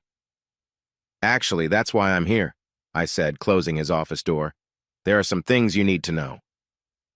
20 minutes later, Marcus looked like he'd been punched. The fake pregnancy was bad enough, but when I showed him evidence that Claire had been falsifying sale prices to inflate her commissions, using Julian to launder money through property deals, he actually had to pour himself a scotch from the bottle he kept for clients. "This could destroy my entire brokerage," he said quietly. "Only if it comes out publicly. If you handle it quietly." "She's fired. Effective immediately. I'll need all her license credentials, her files, everything." "She can't know yet. I need 1 more week." Marcus stared at me. "You're planning something." "Justice, Marcus. Just justice." My phone rang as I left Marcus's office. Claire, probably calling from the title company, probably panicked. I let it go to voicemail. "Honey, there's been some kind of mix-up with paperwork at the house. Something about a trust? Can you call me back? It's urgent." I texted back. "In lessons all day. No phone allowed on the mountain. Talk tonight." Let her stew. Let her wonder. Let her scramble to figure out what went wrong. When I got home that evening, Claire was already there, pacing the kitchen, phone pressed to her ear. "I don't understand how this is possible," she was saying. "Check again." "What do you mean it was filed yesterday?" "Well, who authorized it?" She saw me and quickly ended the call. "Hi, honey," she said, smile bright and fake as her pregnancy. "How was work?" "Good. Busy. You seem stressed." "Just some paperwork confusion with a client. Nothing important." "Julian Martinez?" Her eye twitched. "How did you know?" "You mentioned he was in town. Is everything okay?" "Fine. Everything's fine, just real estate stuff. Boring." She was spiraling, I could see it. The failed sale had shaken her, but Claire was nothing if not adaptable. By dinner, she had a new plan. "I've been thinking," she said. serving salad with hands that shook slightly. Maybe we should look into a home equity line of credit for the baby expenses. Our house is paid off, I reminded her. Why would we go into debt? It's not debt, it's leveraging our equity. We could pull out maybe 400,000 ahi. Absolutely not. Kai, be reasonable. We have a baby coming, do we? Sadie interrupted. The table went silent. Sadie, Claire warned. I'm just asking, do we actually have a baby coming? Because you don't look pregnant. You don't act pregnant. You drink wine when you think we're not watching. How dare you? And you're trying to sell our house, Sadie continued, voice rising. Dad, tell her about the trust. Claire's fork clattered to her plate. What trust? I met her eyes steadily. I protected our assets, put the house in a trust. You can't sell it or borrow against it without my permission. Her face went through a transformation shock, rage, calculation, then forced calm. You went behind my back? Like you went behind mine with William Brown? Another silence, this one electric. I don't know what you're talking about. Tuesday, 2 p.m., our kitchen, 30,000 in cash on the table. Soon we'll be in Cabo. Ring any bells? She stood up slowly. You've been spying on me? You've been stealing from us. I'm pregnant with your child. No, I said quietly. You're not. I pulled out my phone, showed her the blood test results. 0 HCG, 0 pregnancy. 0 lies left to hide behind. Claire's mask finally cracked completely. Not tears rage, pure incandescent rage. You had no right. I had every right. You're my wife. This is my house. Those are my daughters you're traumatizing with your lies. Your daughters? Your daughters? Mom, stop, Brooke pleaded. But Claire was beyond stopping. She grabbed her purse, her keys, her phone. This isn't over, she hissed. Yes, it is. She slammed out of the house so hard a picture fell off the wall, our wedding photo, glass cracking across our smiling faces. Appropriate. The girls and I sat in the wreckage of dinner, nobody speaking. Finally, Brooke asked, is she coming back? Probably, but not for long. That night, while Claire was gone to Williams, to Julian's, who knew I went through her home office. What I found there made everything else look like child's play. Hidden in a filing cabinet behind old tax returns was a folder marked Insurance. Inside were applications for life insurance policies on me. 3 different companies, each for $1 million, all with forged signatures, all listing Claire as sole beneficiary. My blood went cold. The fake pregnancy, the house sale, was I next? Make it look like an accident? A ski accident wouldn't be hard to arrange. Or maybe something simpler. Poison in my coffee. A push down the stairs. I called Connor immediately.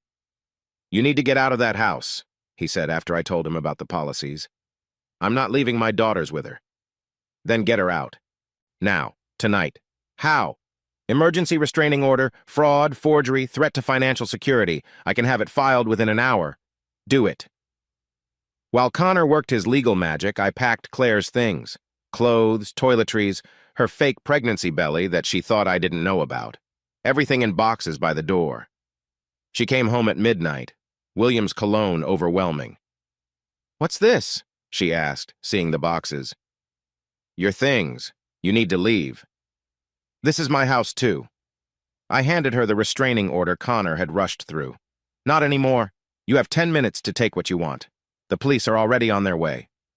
She read the papers, face paling. You can't do this. I can and I am. It's over, Claire. I'll destroy you. I'll take everything. With what? Your forged signatures? Your fake pregnancy? Your 2 boyfriends who are both expecting to run away with you? That stopped her. 2? William thinks you're going to Cabo. Julian thinks you're starting fresh in San Francisco. Which lie were you planning to live? For the first time since this all started, Claire looked genuinely lost. The puppet master with too many strings, all tangled around her own throat. The police arrived, lights off but presence unmistakable. Officer Davidson, whom I'd known since high school. Everything okay here, Kai? My wife is just leaving. Claire looked between us, realized she was outnumbered, outmaneuvered, out of options. This isn't over, she said again, but weaker this time. Labor Day, I said suddenly. What? Labor Day, Sunday. We're having a barbecue, family and friends. You should come. She stared at me like I'd lost my mind. You're inviting me to a barbecue? One last family gathering for the girls. After that, we can handle everything through lawyers. I could see her calculating, thinking this was weakness, an opportunity. Fine, she said, grabbing a box. Labor Day.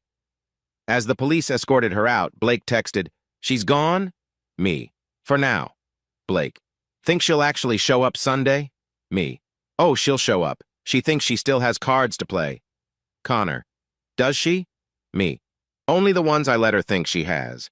I stood in my empty house, my house, not ours anymore, and looked at the kitchen where she'd counted stolen money, the table where she'd lied about our future, the couch where she'd modeled a fake pregnancy belly. In 5 days, it would all come crashing down. The affairs, the fraud, the pregnancy, all of it exposed in front of everyone she'd lied to. But there was one more secret, one more card Claire didn't know I held. She thought she'd been stealing from a ski instructor. She was about to learn she'd been trying to rob an empire. The house of cards she'd built was impressive, elaborate, detailed, carefully constructed. But houses of cards have one fatal flaw. They only take one breath to collapse, and I was about to exhale. Chapter 9. The morning after Claire left with the police escort, I stood in our kitchen, my kitchen now, and the silence was so loud it hurt.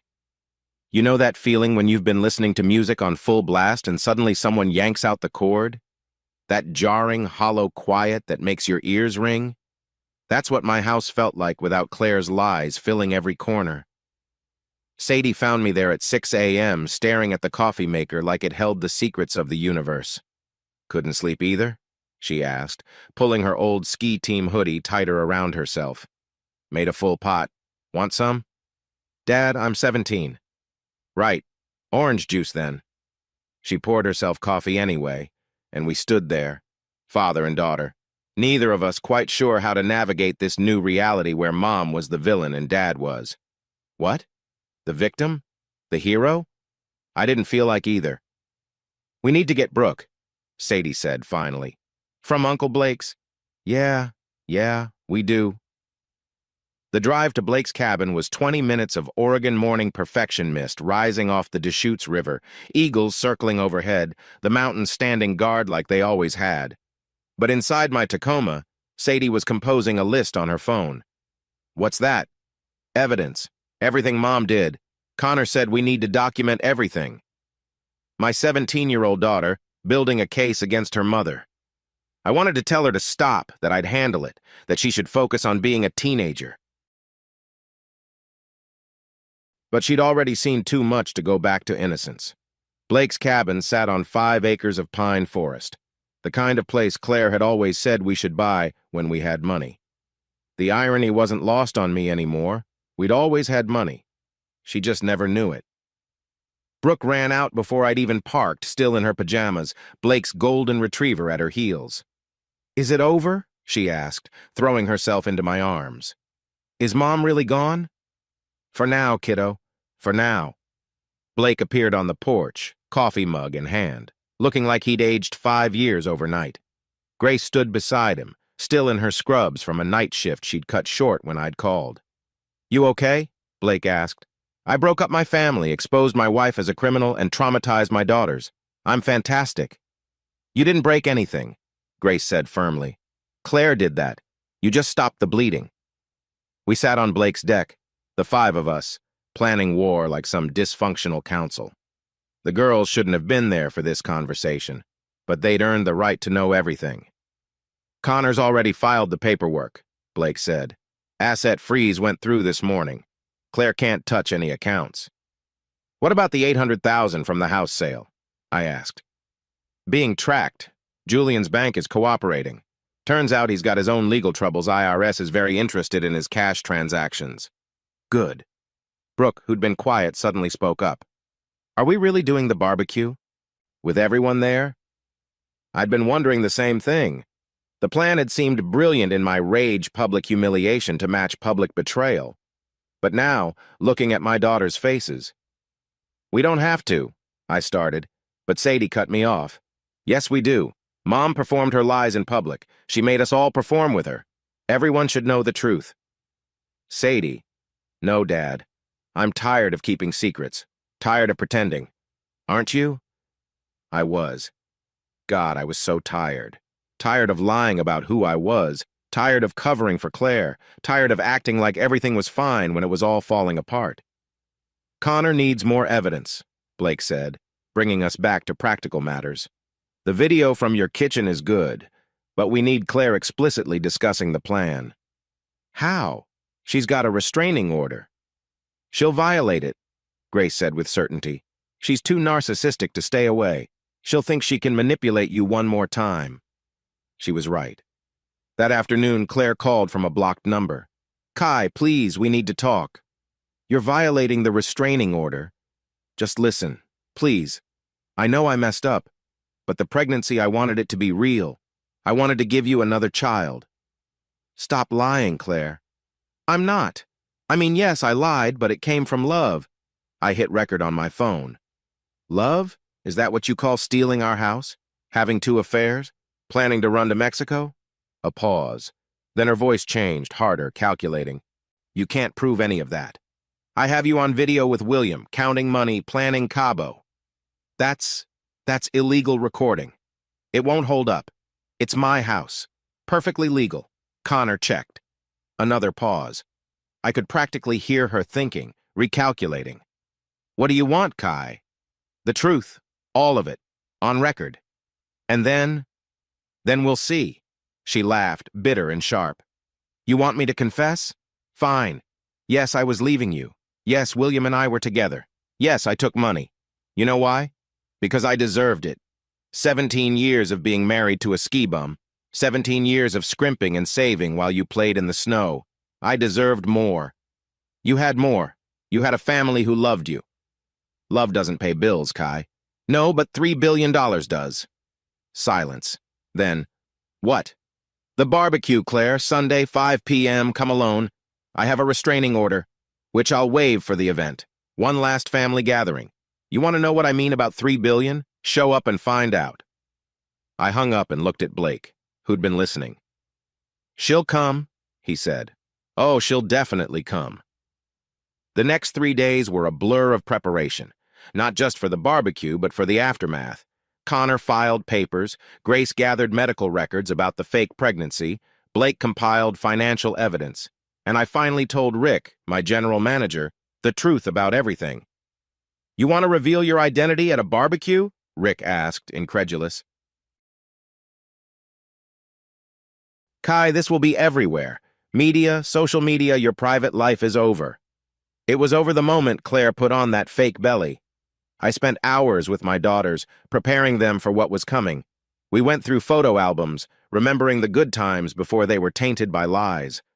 Brooke cried. Sadie raged. I held them both and promised that whatever happened, we'd face it together. Dad, Brooke asked one night, did Mom ever love us? I think she loved you the only way she knew how, I said carefully. But sometimes people's version of love is broken. Like her pregnancy belly, Sadie said darkly. Saturday night, Connor came by with the final documents. Divorce papers, criminal complaints, evidence folders, my marriage reduced to paperwork and legal terms. You sure about tomorrow? He asked. We could handle this privately. She made it public when she announced the pregnancy on Facebook, when she lied to our families, when she made our daughters complicit in her fraud. Connor nodded. The police will be on standby. The moment you give the signal, they'll move in. After, I said. After everyone knows the truth. That night I couldn't sleep. I stood in what would have been the nursery, looking at the crib Claire had ordered with stolen money. The mobile above it played, Twinkle, Twinkle, Little Star, when you wound it up, the tune slow and haunting in the dark room. I thought about the man I'd been when this started trusting, naive, hiding behind my own lies. Claire's betrayal had forced me into the light, made me confront my own deceptions. In trying to destroy me, she'd actually freed me. The irony was perfect. Painful, but perfect. Dad? I turned to find both girls in the doorway, Sadie holding Brooke's hand. Can't sleep either? They shook their heads and came to stand with me, looking at the crib that would never hold a baby. "Tomorrow changes everything," Sadie said. "Yeah, it does." "Are you scared?" Brooke asked. "Terrified." "Good," Sadie said. "That means it matters." We stood there, the three of us, in the room built on lies, preparing for a tomorrow built on truth. Outside, the first hints of dawn were touching the mountains, painting them gold and pink like a promise. "Whatever happens," I said, pulling them close, "we're going to be okay." "How do you know?" Brooke whispered. "Because we have something Claire never understood. We have each other, and that's real." The crib's mobile turned slightly in the air current from the heating vent, the stars catching the early light. Tomorrow, everyone would know our truth. Tomorrow, Claire would face her reckoning. Tomorrow, the avalanche would finally fall. But tonight, we were just a father and his daughters, holding each other in the ruins of what was, preparing to build something new from the ashes. "One more day," I whispered to the empty nursery. "One more day, and then we're free." Chapter 10. Labor Day. Sunday arrived wearing Oregon's finest 75 degrees, cloudless sky, the mountains standing sharp against the horizon like a promise that some things remain solid when everything else crumbles. I'd been up since 4 a.m., moving through preparations with the mechanical precision of someone defusing a bomb. The backyard looked perfect. Picnic tables covered in red and white checkered cloths, string lights crisscrossing overhead, the grill already heating. To anyone driving by, it would look like any other Labor Day barbecue. They wouldn't see Grace's laptop hidden in the kitchen, connected to the TV we'd mounted on the back patio. They wouldn't notice Blake's phone recording from the bird feeder. They wouldn't know that Officer Davidson was parked 2 streets over, waiting for my signal. "You're going to wear a hole in the deck," Sadie said, finding me pacing around the grill for the 5th time. "Just checking everything's ready." "Dad, we've been over this 20 times. It's ready."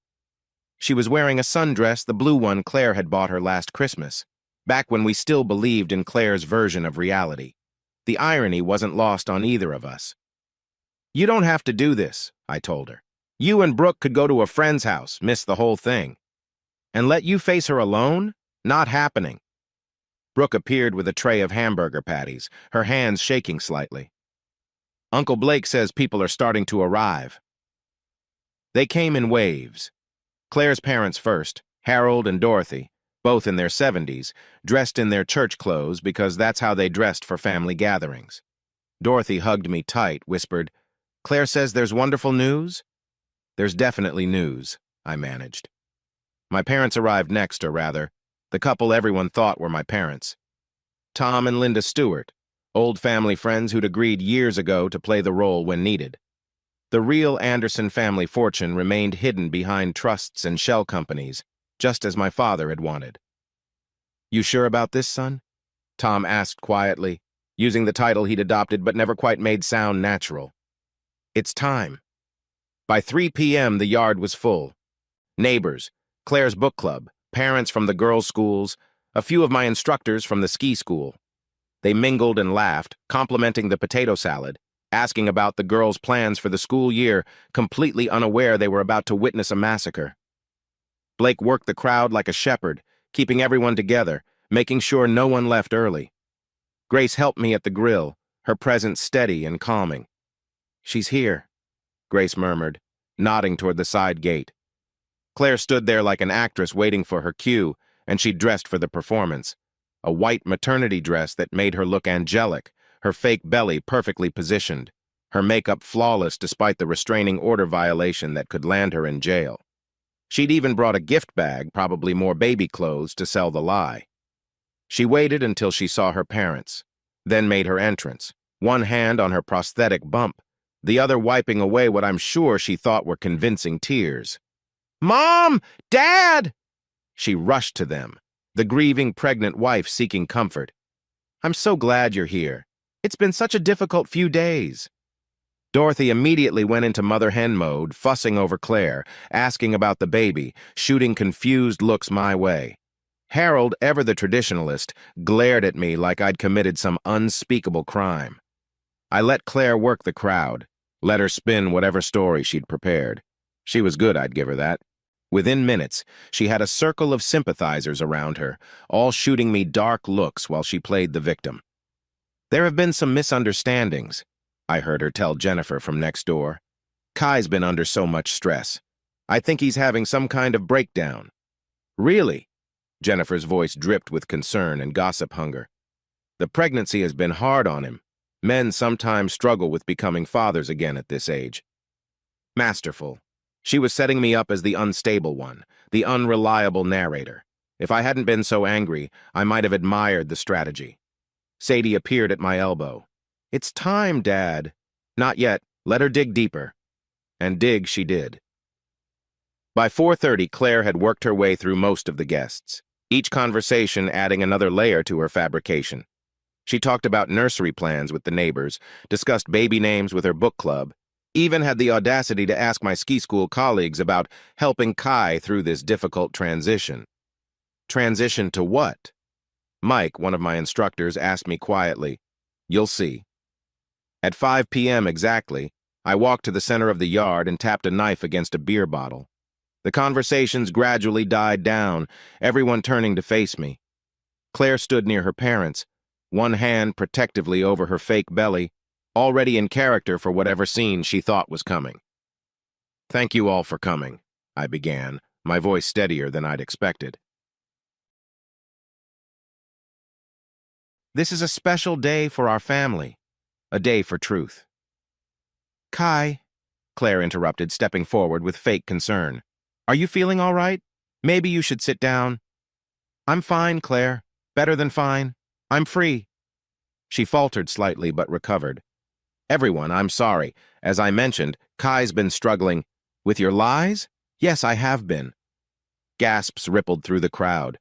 Claire's face went pale beneath her makeup. But let's start with congratulations, I continued, gesturing to Claire. My wife is pregnant. Isn't that wonderful? Let's all give her a round of applause. Confused clapping started, then stopped as people sensed the tension. Tell them how far along you are, honey. Claire's eyes darted around, looking for an escape route, but Blake had positioned himself by the gate. 5 months, she said quietly. 5 months, I repeated. Incredible. You know what's really incredible? Grace, you're a nurse. What do you think of Claire's pregnancy? Grace stepped forward, professional and calm. I think it's medically impossible, considering her blood test last week showed 0 HCG levels. The yard went silent except for the sound of the grill sizzling. That's a violation of privacy, Claire stammered. You agreed to the test, Grace reminded her. Even signed a consent form. But the belly, Dorothy said, confused. Claire, you're showing... Oh, that, I said. Sadie, could you get that box from the garage? My daughter returned with the evidence box, pulling out the silicone pregnancy belly. She held it up for everyone to see, and the collective intake of breath sounded like wind through the pines. No, Dorothy whispered. Claire, tell me this isn't true. Claire's mask finally cracked completely. You don't understand. I was going to get pregnant. I was trying. The belly was just until you finished stealing our house? I asked.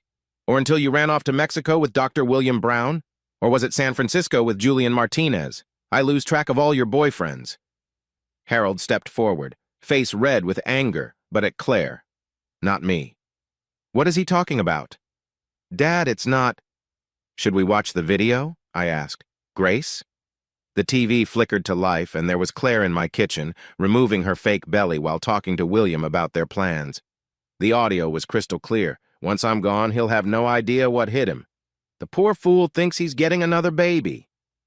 By the time he figures it out, we'll be in Cabo spending his money.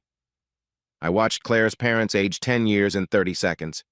Several guests pulled out their phones, whether to record or call someone I didn't know and didn't care. Turn it off, Claire shrieked. Turn it off! That's illegal! You can't... It's my house, I said calmly. My camera. Completely legal. Our house. It's our house. No. Actually, it's Julian Martinez's house, isn't it? You sold it to him for $800,000. Want to see the forged signature? Blake held up the documents, and Connor, who'd arrived quietly during the video, stepped forward. That signature has been verified as forgery by 3 experts, he announced in his lawyer voice. The sale is void, and criminal charges have been filed. Claire looked around wildly, realizing the trap had closed. This is entrapment. This is justice, I said. But wait, there's more. The part you never knew, Claire. The reason your betrayal is so tragically ironic. She stopped struggling, staring at me. You called me a ski bum, said I'd never amount to anything. You schemed and lied and stole to get money you thought we didn't have. Kai. I own Cascade Mountain Resorts, every ski resort from bachelor to hood. I've been worth $3 billion our entire marriage. The silence that followed was absolute. Even the birds seemed to stop singing. Claire's legs gave out. She sank to her knees on the grass, the fake pregnancy belly making the position awkward and pathetic. No, she whispered. You're lying. Rick? I called out. My general manager stepped forward with a folder of documentation. It's true. Kai Anderson is the sole owner of Cascade Mountain Resorts, inherited from his father in 2003. But why? Claire's voice broke completely. Why would you hide that? Because I wanted to be loved for who I was, not what I had. I wanted a real marriage, not a transaction. I looked down at her, feeling nothing but pity. I got neither. Claire started sobbing real tears this time, the ugly kind that ruined makeup and revealed truth. Her parents stood frozen, her friends backed away, and the entire yard full of people watched the complete destruction of the woman they thought they knew. Please, she begged. Kai, please, I made mistakes, but we can fix this. For the girls, don't, Sadie said sharply, stepping forward. Don't you dare use us as an excuse. You lied to us too. Made us think we were getting a sibling. Made us part of your sick game. I'm your mother. No, Brooke said quietly. You're just someone who gave birth to us. There's a difference. Officer Davidson chose that moment to enter the yard, 2 other officers behind him. Claire Anderson, you're under arrest for fraud, forgery, and conspiracy to commit theft. As they cuffed her, Claire looked at me one last time. I loved you once. I know, I said. That's what makes this so sad. They led her away, still wearing the fake pregnancy belly under her white dress, mascara streaming down her face, her elaborate performance ending not with applause but with handcuffs. The yard erupted in chaos, people talking, phones ringing, Dorothy crying while Harold held her. But I just stood there, watching the gate where Claire had exited my life, feeling something I hadn't expected. Relief. It was over. The lies, the deception, the performance, all of it was finally over. Dad? Brooke tugged on my arm. What now? I looked around at the disaster of our Labor Day barbecue, at the shocked faces and abandoned hamburgers, at the TV still frozen on Claire's betrayal. Now, I pulled both my daughters close. Now we eat. We've got 50 pounds of meat and potato salad. Seems wrong to waste it. Sadie laughed, actually laughed, and the sound was better than all the apologies Claire never made. Everyone's leaving, she pointed out. Not everyone, Blake said, raising a beer. To family, the real kind. Grace raised her glass. Connor raised his. Even Tom and Linda, my fake parents who'd been more real than anything in my marriage, raised their drinks. To truth, I said. Finally, to truth. Chapter 11. The yard cleared out fast after the police left. Claire's parents were the first to go, Dorothy weeping while Harold guided her to their Buick, shooting me a look that held more sadness than anger. The neighbors scattered like startled birds, already on their phones, spreading the gossip that would define Ben's social scene for months. But some people stayed. Tom and Linda Stewart, the couple who'd pretended to be my parents for so long, sat at one of the picnic tables looking shell-shocked. Kai, Linda said softly, we had no idea it had gotten this bad. Nobody did. That was Claire's gift, making everyone see what she wanted them to see. Mike and a few other instructors from the ski school stood near the grill, beers in hand, processing what they'd just learned about their boss. So all these years, Mike said, you've been teaching tourists to pizza and French fry while owning the entire mountain? Every mountain, I corrected. Bachelor, Hood, Meadows, Timberline, all of it. Why? It was the question everyone wanted to ask, the one Claire had screamed before they took her away. My father went through 3 marriages, I said, loud enough for everyone remaining to hear. Each wife loved his money more than him. By the time he died, he trusted no one. He made me promise to find someone who'd love me without knowing about the fortune. And Claire? Claire loved the idea of me she'd created in her head. When reality didn't match, she decided to rewrite it. Rick pulled out his phone, showing me the screen. It's already online. Someone live-streamed the whole thing. The news outlets are picking it up. Ski resort billionaire's wife fakes pregnancy in elaborate fraud scheme. I read the headline with a bitter laugh. At least they got the facts right. This is going to explode, Rick warned. Your private life is over. It ended the moment Claire put on that belly. Sadie and Brooke had retreated to the deck steps, sitting close together, processing everything in their own way. I went to them, sitting down between my daughters. You okay? Are you really worth $3 billion? Brooke asked. The company is, but money's just numbers in an account. It doesn't change who I am. It changes everything else, though, Sadie said. School, friends, everything. Everyone will know now. She was right. By tomorrow, our story would be everywhere. The girls would go from being normal teenagers to being the billionaire's daughters whose mother faked a pregnancy. We can move, I offered. Start fresh somewhere. No, Sadie said firmly. We're not running. We didn't do anything wrong. Grace approached with her phone. Kai, you need to see this. She showed me a video Claire at the police station, talking to reporters who'd already gathered. This is all a misunderstanding, Claire was saying, still wearing the white maternity dress but no longer sporting the fake belly. My husband is having a mental breakdown. The stress of his secret life, yes. He's been hiding billions from me our entire marriage. I think that kind of deception breaks a person's mind. Even now, even caught red-handed, she was trying to flip the narrative. She's good, Blake said, watching over my shoulder, making you the bad guy for having money. Let her talk, Connor said, joining us. Every word she says is another piece of evidence. She's confessing to knowledge of crimes she claimed she didn't commit. My phone rang. Unknown number. Hello? Mr. Anderson? This is Jennifer Walsh from KZTV News. We'd like to offer you the opportunity to tell your side. I hung up.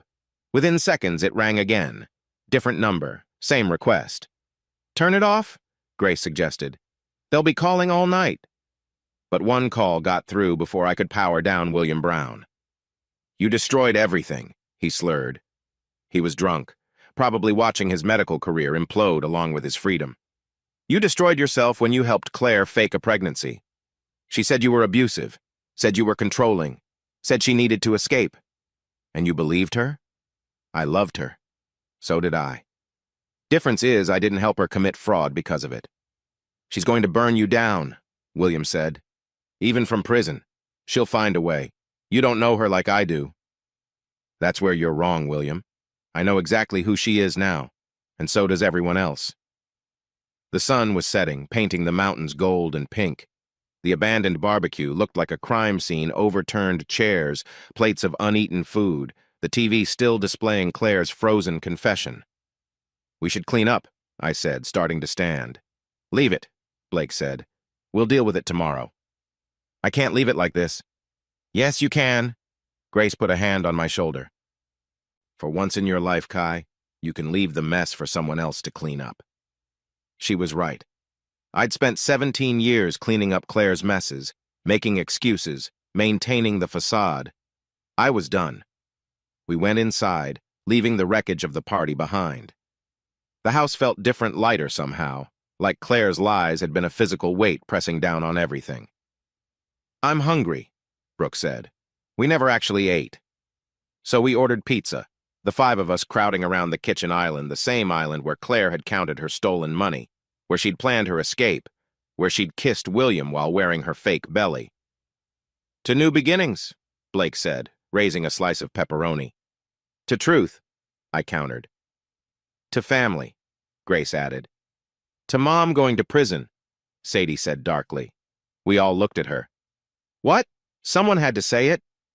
Brooke giggled, actually giggled, and then we were all laughing, the kind of hysterical laughter that comes when tragedy tips over into absurdity. Connor's phone buzzed. He checked it, his expression growing serious. What is it? Julian Martinez just flipped. Full confession in exchange for a reduced sentence. He's confirming everything, the house sale, the money laundering, all of it. What about William? His lawyer's negotiating, but it doesn't look good. The medical board's already suspended his license pending investigation. Claire's house of cards wasn't just falling, it was being demolished, piece by piece, conspirator by conspirator. Dad? Brooke asked quietly. What's going to happen to Mom? She'll go to trial. With the evidence we have, she'll probably go to prison. For how long? I don't know, sweetheart. That's for a judge to decide. Do you hate her? I considered the question. Did I hate Claire? I hated what she'd done, hated the lies, hated how she'd used our daughters as props in her scheme. But hate her? No, I said finally. I pity her. She had everything and threw it away for an illusion. $3 billion isn't an illusion, Sadie pointed out. No, but her idea that money would make her happy, that was the illusion. My phone, still somehow on, buzzed with a text from a number I didn't recognize. You may have won this round, but I know things about you too. This isn't over. Claire, probably from a jail phone, still fighting even as her world burned down around her. I showed it to Connor. Save it, he said. Evidence of harassment. Violation of the restraining order. She just added another charge to her list. She won't stop, I said. Even from prison, she'll keep trying to hurt us. Then we'll be ready, Connor said. Every letter, every call, every attempt, we'll document it all. Outside, the mountains were turning purple in the twilight, indifferent to our human drama. They'd been here before us, would be here after us, steady and unchanging while we played out our small tragedies below. I want to see her, I said suddenly. Everyone looked at me.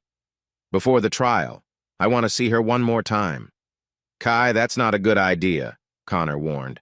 I need closure, real closure, not just watching her get arrested. I'll arrange it, he said reluctantly. Supervised visit at the jail. But Kai, don't go alone. I'll go with him, Blake offered. No, this is something I need to do myself. That night, after everyone left, I stood in the nursery again. The crib was still there, the mobile still turning slowly in the air current. Tomorrow, I'd have Goodwill come get it all. Some real pregnant woman could use it. Someone who wasn't lying about the life growing inside her. Sadie found me there. You okay, Dad? Just thinking. About how sometimes the worst things that happen to us end up being the best things. How is this the best thing? Because now we know the truth. All of it. And we can build something real on that. She hugged me then, my 17-year-old daughter who'd grown up too fast in the last few months. I love you, Dad. The real you. Not the billionaire, not the victim, not the hero. Just you. I love you too, kiddo. Even though I knew about the fake belly and didn't tell you right away, you were protecting me in your own way, just like I was protecting you. No more secrets, though, right? No more secrets. Brooke appeared in the doorway. The news is showing our house. On the TV, aerial footage of our backyard played on repeat, the abandoned barbecue, the overturned chairs, the perfect metaphor for a family destroyed. But they were wrong. Our family wasn't destroyed. Claire had tried to destroy it with her lies, but she'd failed. We were still here, still standing, still together. The real avalanche had finally fallen, and we'd survived it. Chapter 12. 6 months later, I stood in the same courtroom where my marriage had been legally dissolved, watching Judge Olivia Garcia read Claire's sentence. She sat at the defendant's table in an orange jumpsuit, her hair pulled back in a simple ponytail, no makeup to hide behind. She looked smaller somehow, diminished, like all the lies had been what gave her substance. Claire Anderson, Judge Garcia's voice was stern, unforgiving. You have been found guilty of fraud, forgery, conspiracy to commit theft, and identity theft. The elaborate nature of your deception, involving multiple conspirators and the emotional manipulation of your own children, shows a callous disregard for both law and family. Claire kept her eyes down, but I saw her hands shaking. I hereby sentence you to 18 years in federal prison. The gavel came down like thunder. Claire's lawyer whispered something about appeals, but we all knew it was over. She'd gambled everything on a lie and lost. As the bailiffs prepared to lead her away, Claire looked at me one last time. No tears, no pleas, just a hollow stare from a woman who'd destroyed herself chasing something that was never real. "Take care of them," she mouthed. I nodded. It was the first honest thing she'd said in years. Outside the courthouse, reporters swarmed, but Connor and Blake formed a wall around me and the girls. "Mr. Anderson, how does it feel to see your wife sentenced? Will you be taking the company public now that the truth is out? Girls, do you have anything to say to your mother?" We pushed through to Connor's SUV, ignoring them all. The story had been news for months, every detail dissected, every photo analyzed, our pain turned into entertainment for strangers. But something good had come from the publicity, too. Other victims of similar frauds had reached out, sharing their stories, finding comfort in knowing they weren't alone. We'd accidentally become the face of a movement we never asked to join. William Brown had been sentenced 3 months earlier, 5 years for his role in the conspiracy, plus losing his medical license permanently. He'd cried during his sentencing, blubbering about being manipulated, about losing everything. The judge hadn't been sympathetic. Julian Martinez got 10 years, though his lawyer was still fighting it. Turns out he'd been running similar scams in California, using his real estate connections to launder money through property sales. Claire had been just another mark who'd turned into a co-conspirator. "You okay?" Blake asked as we drove away from the courthouse. "Yeah, it's just final now." "That's good, right?" "I guess."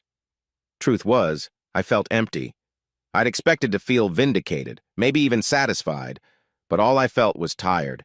Tired and sad for the woman Claire could have been if she'd chosen differently. We drove to our new house, not new, but new to us.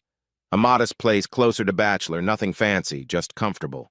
The girls had each decorated their own rooms, and I'd turned the basement into a home gym, no nursery, no room for lies. That evening we had dinner with our real family, Blake, Grace, Connor, even Tom and Linda. We'd grown closer through the trial, bonded by shared truth instead of shared deception. "So what now?" Grace asked, passing the salad. "You've been in crisis mode for so long. What do you do when the crisis is over?" "Live," I said simply. "Just live." And we did. Sadie graduated high school with honors, gave a valedictorian speech about resilience that made me cry. She started at Oregon State in the fall, studying law, inspired by Connor and the justice system that had actually worked. Brooke threw herself into skiing, channeling all her anger and hurt into training. By winter, she'd made the junior Olympic team, her natural talent finally given the resources to flourish. Watching her fly down the mountain, fearless and free, I saw myself at that age before secrets, before lies, just pure joy in the motion. I went back to teaching, but differently. I started a program for underprivileged kids, bringing them to the mountain, teaching them that there was a world beyond their circumstances. Some of them knew my story, the billionaire who'd hidden his wealth, whose wife had faked a pregnancy. They'd ask questions sometimes, and I'd answer honestly. "Why'd you hide the money, Mr. A?" "Because I thought it would protect me from people who only wanted me for what I had." "Did it?" "No. People who want to use you will find a way, money or no money. The trick is learning to spot them before they do damage." "How do you spot them?" "They make you feel guilty for being yourself.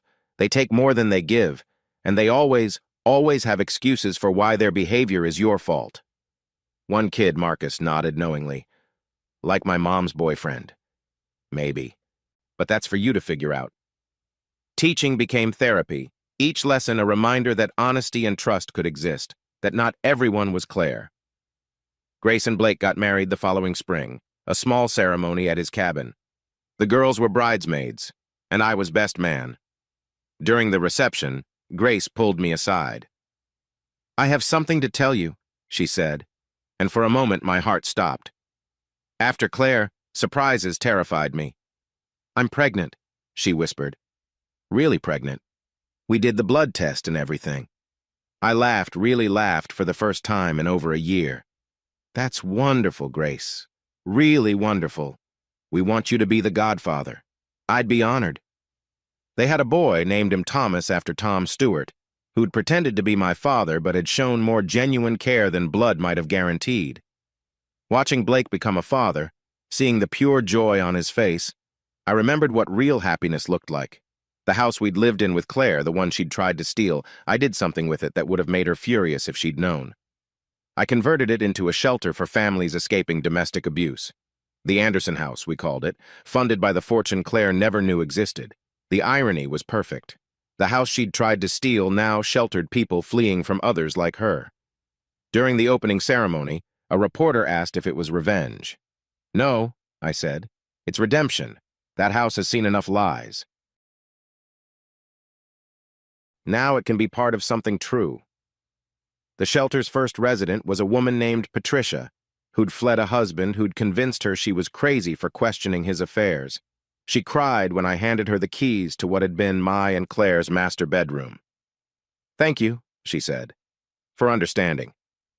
Thank someone who hurt you, I replied. They taught you what not to accept. Brooke won her first national competition on a snowy day in February. Standing at the finish line, watching her accept the medal, I thought about Claire in prison, missing this moment she'd claimed to want to provide for. Sadie sent her a photo not to be cruel, but because despite everything, Claire was still their mother. She never responded, but Sadie needed to try. I understood that. Do you think she thinks about us? Brooke asked one night, after another competition where mothers hugged their daughters and Claire's absence felt like a presence. I don't know, sweetheart. I hate her, she said quietly, but I also miss who I thought she was. That's okay. Both feelings can be true. Do you miss her? I miss the family I thought we had, but it was built on lies, so maybe it never really existed. We exist, Brooke said firmly. Sadie and me and you. We're real. Yes, you are. The realest things in my life. Connor called one day with news. Claire's requesting a meeting with you and the girls. No, that's what I figured. But legally, the girls can decide for themselves when they turn 18. Sadie chose to go once, just after her 18th birthday. She came back quiet, older somehow. How was it? She's found religion, apparently. Wants forgiveness. Says she's changed. Do you believe her? I believe she believes it, but believing something doesn't make it true. She taught me that. Brooke chose never to go. I've said goodbye, she explained. I don't need to keep saying it. Time passed. Seasons changed. The mountains stood constant while our lives rebuilt themselves slowly, carefully, honestly. I started dating again eventually. A teacher named Rebecca who knew my whole story before our first date. It was all online anyway. She didn't care about the money, found the whole situation tragically absurd. You hid billions to find true love and ended up with a woman who faked a pregnancy for money she didn't know you had? When you put it like that, it sounds like a bad movie. Or a cautionary tale. About what? About how the lies we tell to protect ourselves sometimes attract the exact people we're trying to avoid. She was right. My deception had attracted Claire's deception. Two lies dancing around each other until they collapsed under their own weight. Rebecca and I took things slow, glacially slow. The girls liked her, which mattered more than anything. She didn't try to be their mother, didn't push, just existed in our space with quiet warmth. She's nothing like Mom, Brooke observed. Is that good or bad? Good. Definitely good. 5 years after the barbecue that changed everything, we held another Labor Day gathering. Same yard, different house, the one that had become a shelter. Patricia, the first resident, now ran the place, and we held the barbecue as a fundraiser. Former residents came with their kids, volunteers served food, and local news covered it as a feel-good story instead of a scandal. Blake and Grace brought their son, who toddled around charming everyone. Sadie brought her law school boyfriend, a serious young man who treated her like gold. Brooke brought her Olympic medals, letting kids try them on, telling them about hard work and dedication. You've built something good here, Patricia told me, watching the crowd. We all did. No, you did. Out of something terrible, you made something beautiful. I thought about Claire then, in her cell, probably watching the news coverage. Did she see what her betrayal had ultimately created? Did she understand that her destruction had led to construction? A reporter approached, they still did sometimes, though the story had long faded from headlines. Mr. Anderson, 5 years later, any regrets? I looked around at my daughters, grown and strong, at Blake bouncing his son, at Grace laughing with Rebecca, at the shelter residents finding safety in what had been a crime scene. No regrets, I said. Everything happened exactly as it needed to. Even the fake pregnancy? Especially that. It revealed the truth, and truth, even when it hurts, is always better than lies. That night, after everyone had gone home, I stood where I'd stood 5 years ago, where I'd revealed Claire's deception to the world. The space had been transformed playground equipment where the confrontation happened, a garden where Claire had collapsed in her fake pregnancy belly. Sadie found me there. She always did have a sixth sense for when I needed company. You okay, Dad? Just remembering. Good memories or bad? Both. Neither. Just memories. Mom's eligible for parole in 10 years, she said quietly. I looked it up. I know. What will you do if she gets out? Nothing. She's not part of our lives anymore.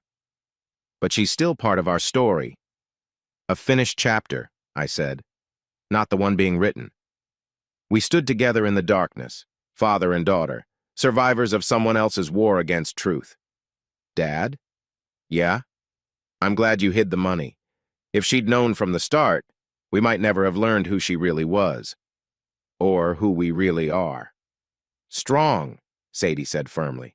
We're strong, and honest, and real. The mountains stood silent in the darkness, keeping their secrets, holding their snow until the perfect moment to let it fall. They'd been here before our drama, would be here long after we were gone, teaching the same lesson they'd always taught. Sometimes the avalanche that buries you is the same one that shows you the sky. Claire had been our avalanche, devastating, destructive, seemingly insurmountable. But we dug ourselves out, stronger for the struggle, clearer for having been buried. In trying to fake a pregnancy and steal a fortune, she'd given birth to something real. A family that chose truth over comfort, love over money, and each other over everything else. The fake baby had never existed, but what grew from its lie was more valuable than any fortune hidden in mountain snow. We were free. And that freedom, hard-won and honestly earned, was worth every painful moment it took to achieve it. What strikes me most about Kai's story isn't the billions or the fake pregnancy. It's how two people can live in the same house for 17 years and never truly see each other. Claire was so busy chasing an illusion of wealth that she couldn't see she already had it, while Kai was so afraid of being used for his money that he attracted exactly the kind of person he was trying to avoid. Maybe the real tragedy isn't the betrayal itself, but that both of them created the very situation they feared most through their lies.